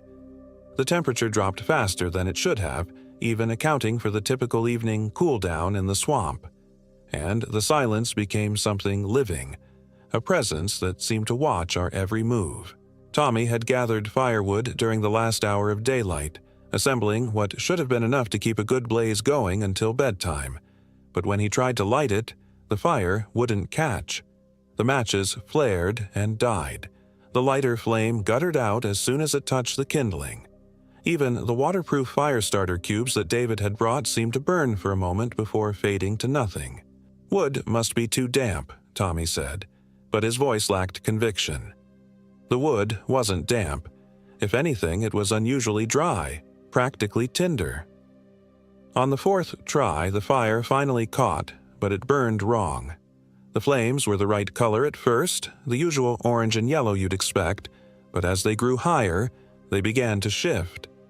Blues and greens flickered through the fire, colors that had no business being there, and the light it cast seemed somehow insufficient, creating a small circle of illumination that made the surrounding darkness appear even more impenetrable. "That's not normal," David said, staring at the flames. "Probably minerals in the wood," Marcus replied, but he'd moved his camp chair closer to the fire and I noticed his hand kept drifting to the hunting knife on his belt. We cooked our dinner over the strange fire, nobody commenting on how the flames made our faces look gaunt and hollow, like skulls in the flickering light. The food tasted wrong too, though I couldn't put my finger on why. Everything seemed too salty or too bland, and the water from the spring, which had seemed clean and fresh when we'd filtered it, now had an odd metallic aftertaste. As the night deepened, we tried to maintain the pretense of a normal camping trip. Tommy told some of his usual stories from his job as a park ranger back in North Carolina. Marcus complained about his latest impossible client. David showed us photos on his digital camera from previous hiking trips. But the conversation felt forced, artificial, like we were all performing normalcy for an unseen audience. It was around 10 o'clock when we heard the first sound. It came from the north side of the clearing, just beyond the tree line. Not quite a howl, not quite a scream, but something that contained elements of both. It was answered almost immediately by a similar sound from the south, then another from the west. The calls seemed to circle us, moving through the forest with impossible speed. "Coyotes," Tommy said, but his voice cracked slightly. "Just coyotes." "Coyotes don't sound like that," David replied, "and they don't coordinate like that." The sounds stopped as suddenly as they'd started, leaving us in a silence so complete it felt like being buried alive. We sat around the fire, trying not to look at each other, trying not to acknowledge what we'd all heard. That's when Marcus noticed his backpack was missing. "I left it right there," he said, pointing to a spot just outside the ring of firelight, right next to my tent. We searched the entire clearing with flashlights, but the pack was gone. 60 pounds of gear, including his sleeping bag, spare clothes, and most importantly, his food, had simply vanished. There were no drag marks, no signs of struggle, no indication that any animal had been in the clearing. "Someone's messing with us," Marcus said, but his voice lacked conviction. "Some local kids or something?" "How would local kids know we were here?" David asked. "We didn't tell anyone where we were going." "The ranger station," Tommy suggested. "Maybe someone there." But even as he said it, we all knew it didn't make sense. The ranger had seemed genuinely concerned about our destination, not like someone setting up a prank. Marcus ended up sharing Tommy's tent that night since his own sleeping bag was in the missing pack. We banked the fire and tried to settle in for sleep, but rest was impossible. The sounds continued throughout the night. Footsteps circling the clearing just beyond the range of vision, branches breaking with no wind to cause them, and worst of all, whispers in what might have been voices, but could have been just the wind through the leaves. I lay in my sleeping bag, staring at the ceiling of my tent, and tried to convince myself that everything had a rational explanation. But every time I started to drift off, I'd hear something that snapped me back to full alertness. The sound of my tent zipper being slowly opened and closed, footsteps on the soft ground outside, or the feeling of being watched by something just inches away on the other side of the thin nylon walls. Dawn came like a reprieve, the first pale light filtering through the canopy and gradually revealing the clearing in shades of gray and green. But even daylight couldn't dispel the wrongness of the place. If anything, it made things worse, because now we could see that the clearing had changed during the night. The spring, which had been crystal clear the evening before, now ran dark and muddy. The stone ring we'd built for our fire pit had been rearranged into a different pattern, though none of us remembered moving the rocks. And there were tracks. They weren't quite human and weren't quite animal. Too large for a person, with what looked like elongated toes ending in what might have been claws. They circled our entire campsite, sometimes coming within inches of our tents, and they led off into the forest in the direction we'd planned to hike that day. "We're leaving," David said. It wasn't a suggestion. "Come on," Tommy replied, though his usual enthusiasm was noticeably absent. "We just got here. Every place has weird wildlife. Maybe it was just a bear." "Bears don't make tracks like that," Marcus pointed out. "And bears don't steal backpacks without leaving any sign of what they took." "So, what are you saying? That something supernatural took Marcus's pack?" The question hung in the air between us. None of us wanted to be the first to say yes, but none of us could offer a better explanation. "I'm saying we should at least go look around," Tommy continued. "Do a little day hiking, see what's out there. We drove 6 hours to get here. Let's not waste the whole trip." In the end, it was the combination of male pride and sunk cost fallacy that kept us there. None of us wanted to be the one to suggest we run away from something we couldn't even name. And we had invested significant time and money in the trip. We decided to compromise. We'd do a short day hike to explore the area, but we'd keep our base camp in the clearing and leave together if anything else strange happened. After a cold breakfast, the fire wouldn't light again, despite our best efforts with dry wood and fresh kindling. We loaded day packs with water and snacks and set off to explore. The plan was to follow an old logging road that Tommy's GPS showed running roughly north from our clearing, loop around through what the map indicated was an area of higher ground, and return by mid-afternoon. The logging road was in worse condition than the trail we'd hiked in on, barely visible in places where the forest had begun to reclaim it. But it provided easier walking than bushwhacking through the undergrowth, and it headed generally in the direction we wanted to go. About a mile from camp, we found the first sign that we weren't alone in the forest. It was a camp, or what had been a camp. A small clearing beside the old road where someone had obviously spent considerable time. There were the remains of a more permanent fire pit, built from carefully selected stones. A lean-to shelter constructed from branches and covered with pine boughs. Even a crude latrine dug at the appropriate distance from the main camp. But everything was wrong. The fire pit was filled with what looked like bone fragments mixed with ash. The lean-to had been torn apart from the inside, with claw marks visible on the supporting branches. And hanging from the trees around the clearing were dozens of small objects that I first took for wind chimes but quickly realized were bones. Animal bones, mostly, but some that looked uncomfortably like finger bones, strung together with what might have been sinew. "Jesus Christ," Marcus whispered. "What kind of sick fuck?" "We need to go," David said. "Right now." But Tommy was already poking around the camp, his natural curiosity overriding his common sense. "Look at this stuff," he called out. "This isn't some homeless camp. Someone's been living out here for a long time." He was right. Despite the obviously disturbed state of the camp, it showed signs of long-term habitation. There were tool marks on the trees where someone had harvested bark or pine pitch. A crude but effective system for collecting rainwater. Even what looked like the remains of food storage areas, though whatever had been stored there was long gone. "Look at this," Tommy said, kneeling beside what had been the shelter. In the soft earth, he'd found more of those strange symbols we'd seen carved in the tree near our campsite. But these were different, more complex, carved not into wood, but pressed into clay tablets that had been left to dry in the sun. David was taking pictures with his digital camera, though his hands were shaking. "We need to document this," he said. "Show the rangers when we get back." "Show them what?" Marcus asked.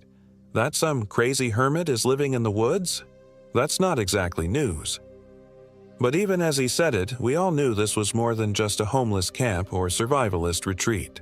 There was something deeply unsettling about the place, something that went beyond the obvious strangeness of the bone decorations and occult symbols. It was the smell that finally drove us away. As the morning sun climbed higher and began to penetrate the forest canopy, a stench began to rise from the abandoned camp.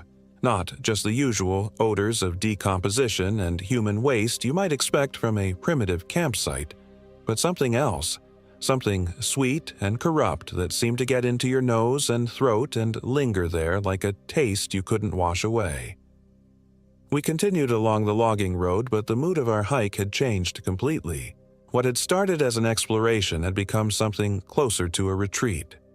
We moved faster, talked less, and found ourselves constantly checking over our shoulders. The forest around us seemed to be changing as well. The trees grew larger and older, their trunks twisted into unnatural shapes that hurt to look at. The undergrowth became thicker and more hostile, full of thorns and plants I didn't recognize.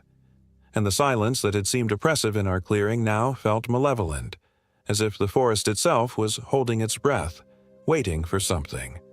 It was David who first noticed we were being followed. "Stop," he whispered, holding up his hand. "Just stop and listen." We froze, straining our ears. For a moment, there was nothing. Then, faintly, we heard the sound of footsteps on the old road behind us. Not the careful, deliberate steps of another hiker, but something else. The gait was wrong, too long and too quick, as if whatever was following us didn't quite understand how human locomotion was supposed to work. "Could be another hiker," Tommy suggested, but his voice was barely above a whisper. "On this road? This far out?" Marcus shook his head. "No way." We started walking again, faster now, but the footsteps kept pace with us. Sometimes they seemed to fall behind, fading to the point where we thought we might have imagined them. Then they'd return, closer than before, accompanied by the sound of branches breaking and what might have been breathing. It was Marcus who suggested we leave the road and cut cross-country back to our camp. "If someone's following us," he reasoned, "they'll expect us to stick to the trail." It seemed like a good idea at the time. The forest off the logging road was a nightmare of dense undergrowth, fallen logs, and hidden obstacles. What should have been a relatively short hike back to our clearing became an exhausting battle against the terrain. We had to push through curtains of Spanish moss that seemed to grab at our clothes and faces, wade through knee-deep pools of stagnant water, and climb over fallen trees that were slick with moss and decay. But the worst part was the feeling that we were being herded. Every time we tried to go in one direction, we'd encounter an obstacle that forced us to change course. A creek too deep and fast to cross safely. A thicket of thorns so dense it was impossible to penetrate. A section of ground so swampy it couldn't support our weight. Again and again, we were forced to alter our route, and each detour took us further from where we wanted to go. David's GPS showed our position, but the device seemed to be malfunctioning. Our location would jump around randomly, sometimes showing us miles from where we'd started, sometimes placing us in areas the map indicated were underwater. The compass function spun wildly, never settling on a consistent direction. "Technology doesn't work right out here," Tommy said, but he sounded more like he was trying to convince himself than us. It was mid-afternoon when we finally admitted we were lost. The canopy overhead was so thick that we couldn't see the sun to get our bearings, and every direction looked the same. Endless trees, endless shadows, endless Spanish moss hanging like shrouds. That's when Marcus saw the cabin. It was set back in a small clearing, nearly invisible until you were right on top of it. A crude structure built from logs and chinked with mud, with a roof of rusted metal and windows covered with what looked like animal skins. Smoke was rising from a stone chimney, indicating someone was home. "Thank God," Marcus said. "Maybe they can give us directions." "I don't know," David replied, studying the cabin through his camera's zoom lens. "Something doesn't look right." He was correct. The cabin had obviously been built by someone with construction skills, but there were details that seemed wrong. The proportions were slightly off, as if it had been designed by someone who understood the concept of human habitation, but had never actually lived in a house. The door was too narrow and too tall. The windows were irregularly spaced and different sizes. And there were those symbols again, carved into the logs around the doorframe and windows. But we were lost, tired, and running low on water. The sun was already beginning its descent toward the horizon, and the thought of spending another night in the forest, especially after what we'd experienced the night before, was unbearable. Tommy knocked on the door. The sound echoed strangely in the clearing, as if the cabin was much larger inside than it appeared from the outside. For a long moment, there was no response. Then we heard movement inside, shuffling footsteps that seemed to go on longer than they should have in such a small space. The door opened and we got our first look at the thing that lived there. At first glance, it might have been human. It was roughly the right size and shape, bipedal, with 2 arms and a head in approximately the correct proportions. But the details were wrong in ways that made your eyes want to refuse to focus on it. The skin was too pale, almost translucent, with dark veins visible beneath the surface. The limbs were too long and jointed in places where joints shouldn't be. And the face. The face was the worst part. The features were human enough to be recognizable, but wrong enough to trigger every instinctual alarm in your brain. The eyes were too large and too dark, with no visible whites. The mouth was too wide, stretching nearly from ear to ear. And when it spoke, its voice was like rustling leaves. "Lost," it said, though whether it was a question or a statement was unclear. "Yes," Tommy replied, his voice steady despite the obvious effort it took. "We're trying to get back to our campsite. Could you point us in the right direction?" The thing that might have been human tilted its head at an angle that was definitely not human. "Campsite," it repeated, and there was something hungry in the way it said the word. "Just point us toward the old logging road," Marcus said. "We can find our way from there." "Road," the thing said and smiled. It was the worst smile I'd ever seen, revealing teeth that were too numerous and too sharp. "Come inside, rest, then directions." Everything about the situation screamed danger, but we were exhausted, lost, and running out of options. The sun was setting, and the thought of spending another night wandering in the forest was terrifying. "Just for a few minutes," Tommy said, "to get our bearings." The interior of the cabin was worse than the exterior. The single room was larger than should have been possible given the outside dimensions, with a ceiling that disappeared into shadows above the reach of the flickering firelight. The walls were covered with more of those bone wind chimes, but these were definitely not all animal bones. And the smell. The same sweet corruption we'd encountered at the abandoned camp, but stronger, more concentrated. The thing gestured for us to sit on what might have been furniture, rough constructions of wood and hide that seemed designed for something with a different anatomy than humans. It moved around the cabin with that same wrong gait we'd been hearing on the trail, joints bending in directions that made my stomach lurch. "Food," it said, producing bowls from somewhere and filling them with what looked like stew from a pot hanging over the fire. "Eat." None of us touched the food. Even in our exhausted state, there was something about the stew that set off every warning signal in our brains. The meat floating in it was too dark, and there were shapes that might have been vegetables but looked more like body parts. "We should really get going," David said, standing up slowly. "Our friends will be worried if we don't get back soon." "Friends," the thing repeated, and that hungry look intensified. "Yes, friends. Where?" Tommy started to answer, started to give directions to our clearing, but Marcus grabbed his arm. "We need to leave," he said quietly. "Right now." The thing's head snapped toward Marcus with inhuman speed. "Leave?" it asked, and for the first time, there was emotion in its voice. Anger and something else. Disappointment, maybe. Or hunger. We backed toward the door, trying to move slowly and non-threateningly, but the thing moved with us, staying between us and the exit. Its limbs seemed to be getting longer, stretching in ways that defied anatomy, and those 2 large eyes never blinked.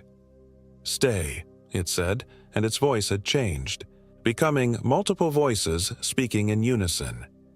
"Stay and feed." That's when Marcus made a break for the door. The thing moved faster than anything human-sized should have been able to move, flowing across the room like liquid shadow. Marcus screamed as long fingers with too many joints wrapped around his ankle, dragging him back into the cabin. there was a wet, tearing sound, and Marcus's scream cut off abruptly. Tommy and I ran. We crashed through the cabin door and into the darkening forest, branches tearing at our clothes and faces as we pushed through the undergrowth. Behind us, we could hear the thing pursuing, but its movements were wrong for the terrain, designed for the open spaces of the cabin rather than the close confines of the forest. We ran without direction, without thought, pure terror driving us through the trees. Branches whipped across our faces, roots caught our feet, and thorns tore at our clothes. But we didn't stop. We couldn't stop. The sound of pursuit followed us, sometimes close, sometimes distant, but never completely gone. It was full dark when we finally stumbled into our clearing, collapsing beside the cold fire pit and gasping for breath. For a moment, we just lay there, unable to believe we'd made it back. Then reality set in. Marcus was gone. Dead, almost certainly. Torn apart by something that shouldn't have existed. And we were still trapped in this nightmare forest with no way to call for help, and no guarantee that whatever had killed Marcus wouldn't come for us next. "We have to leave," David said, struggling to his feet. "Tonight. Right now." "In the dark?" Tommy asked. "Through that forest? We'll never make it." "We might not make it if we stay," David replied. "That thing knows where we are." As if summoned by his words, the sounds started again. The circling footsteps just beyond the edge of vision. The whispers that might have been wind through leaves, or might have been something else entirely. And now, added to the familiar chorus of wrongness, we could hear Marcus's voice calling our names from the darkness. Except Marcus was dead. We'd seen him dragged back into that cabin. We'd heard his scream cut off. But there he was, calling to us from the forest, asking us to come find him, telling us he was hurt and needed help. "Don't listen," Tommy said, but even as he spoke, he was looking toward the tree line where Marcus's voice seemed to be coming from. "It's not him. It can't be him." But the voice was so convincing, so perfectly Marcus. It had his speech patterns, his accent, even his nervous laugh. And it was getting closer, moving through the forest toward our clearing.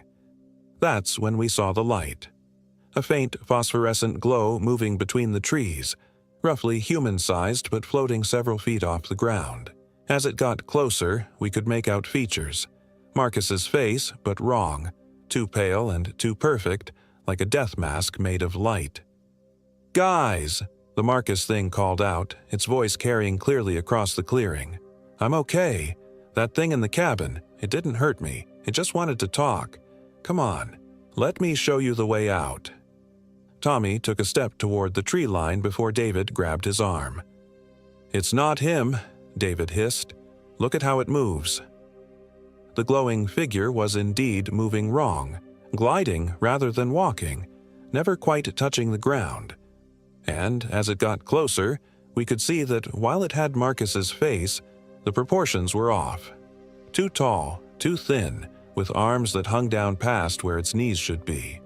"Come on," the fake Marcus continued, still smiling that perfect, terrible smile. "Don't you want to get out of here? I know the way. Trust me." The glow was almost at the edge of our clearing now, and in its light, we could see other shapes moving between the trees. Dozens of them, maybe more, all with that same wrong phosphorescence, all moving with that same inhuman glide. "The tent," David whispered. "Get in the tent and don't come out until dawn." We scrambled into David's tent, the largest of the three, and zipped it shut, as if a thin layer of nylon could protect us from whatever was circling outside. The glow was visible through the tent walls now, moving around and around our campsite, and the voices never stopped. Marcus's voice, asking us to come out and join him. Other voices, too, some we recognized and some we didn't. Some, all asking us to step outside, to come into the forest, to join them in their eternal dance between the trees. We huddled together in that tent for what felt like hours, listening to the voices and watching the lights move outside. Sometimes the glowing figures would brush against the tent walls, and we could feel the cold radiating from them even through the fabric. Other times, we'd hear scratching sounds, as if something with claws was testing the strength of the tent material. But gradually, as the night wore on, the sounds began to fade. The lights moved further away, the voices became fainter, and eventually there was only the familiar oppressive silence of the forest. When dawn finally came, we emerged from the tent to find our campsite transformed once again. The stone fire ring had been completely dismantled, the rocks scattered across the clearing in what might have been another of those incomprehensible patterns. Our other tents had been shredded from the outside, their contents scattered and ruined. And there were new tracks everywhere, not just the strange elongated prints we'd seen before, but dozens of different patterns, as if an entire crowd of impossible creatures had spent the night dancing around our camp. We didn't discuss what to do next. There was no debate, no attempt to rationalize what we'd experienced. We grabbed what we could carry from our ruined campsite and headed for the trail that would take us back to the car. The hike out was a nightmare in its own way. The trail that had seemed clear enough on our way in was now barely visible, overgrown with vegetation that hadn't been there 2 days before. The trees seemed to lean in closer, and the shadows moved independently of any breeze.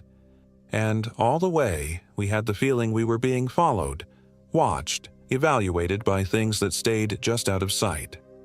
David's car was where we'd left it, and for a moment, we allowed ourselves to believe we might actually escape. But when David turned the key, nothing happened. The engine didn't turn over, didn't even click. The headlights didn't work. Even the radio was dead. "Battery," David said, but his voice lacked conviction. The car was less than 2 years old, and the battery had been fine when we'd arrived. We popped the hood and found that all the wiring had been chewed through, not by any animal we could identify, but by something with teeth that left marks unlike anything in any zoology textbook.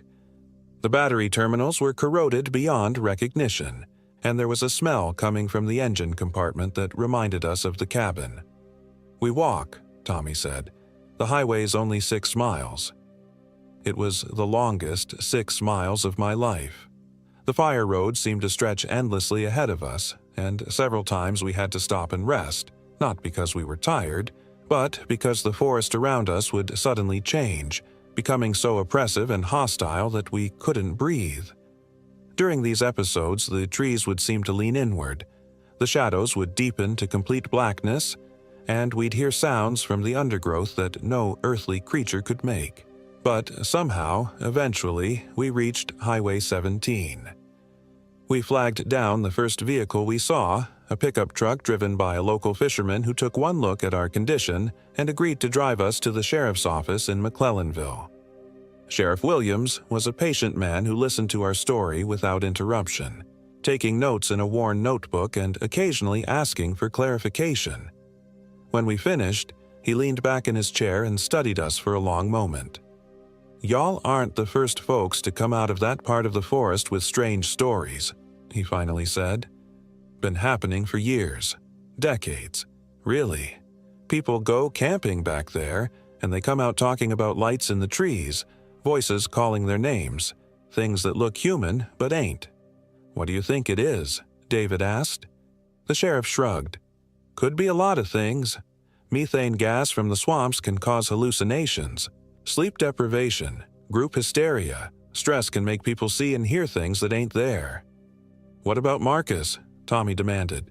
"He's missing. Shouldn't you organize a search?" "I'll file a report," the sheriff promised. "Send some deputies out to look around. But that's a big forest, and if your friend wandered off in the dark..." He shrugged again. "Well, it might be a long time before we find anything." They never did find Marcus.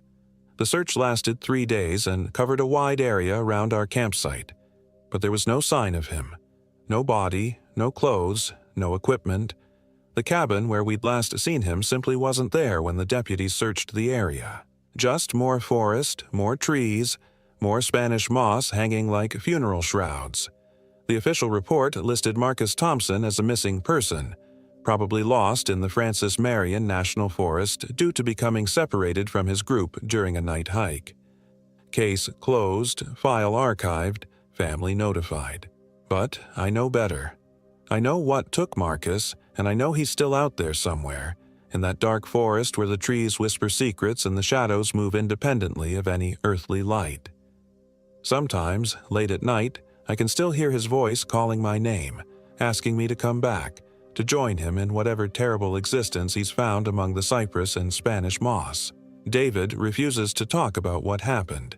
He's moved to Seattle, as far from South Carolina as he could manage, and changes the subject whenever anyone mentions camping or hiking. Tommy tried to go back once, about 6 months later, convinced he could find rational explanations for everything we'd experienced. His car was found at the same trailhead where we'd parked, but Tommy himself was never seen again.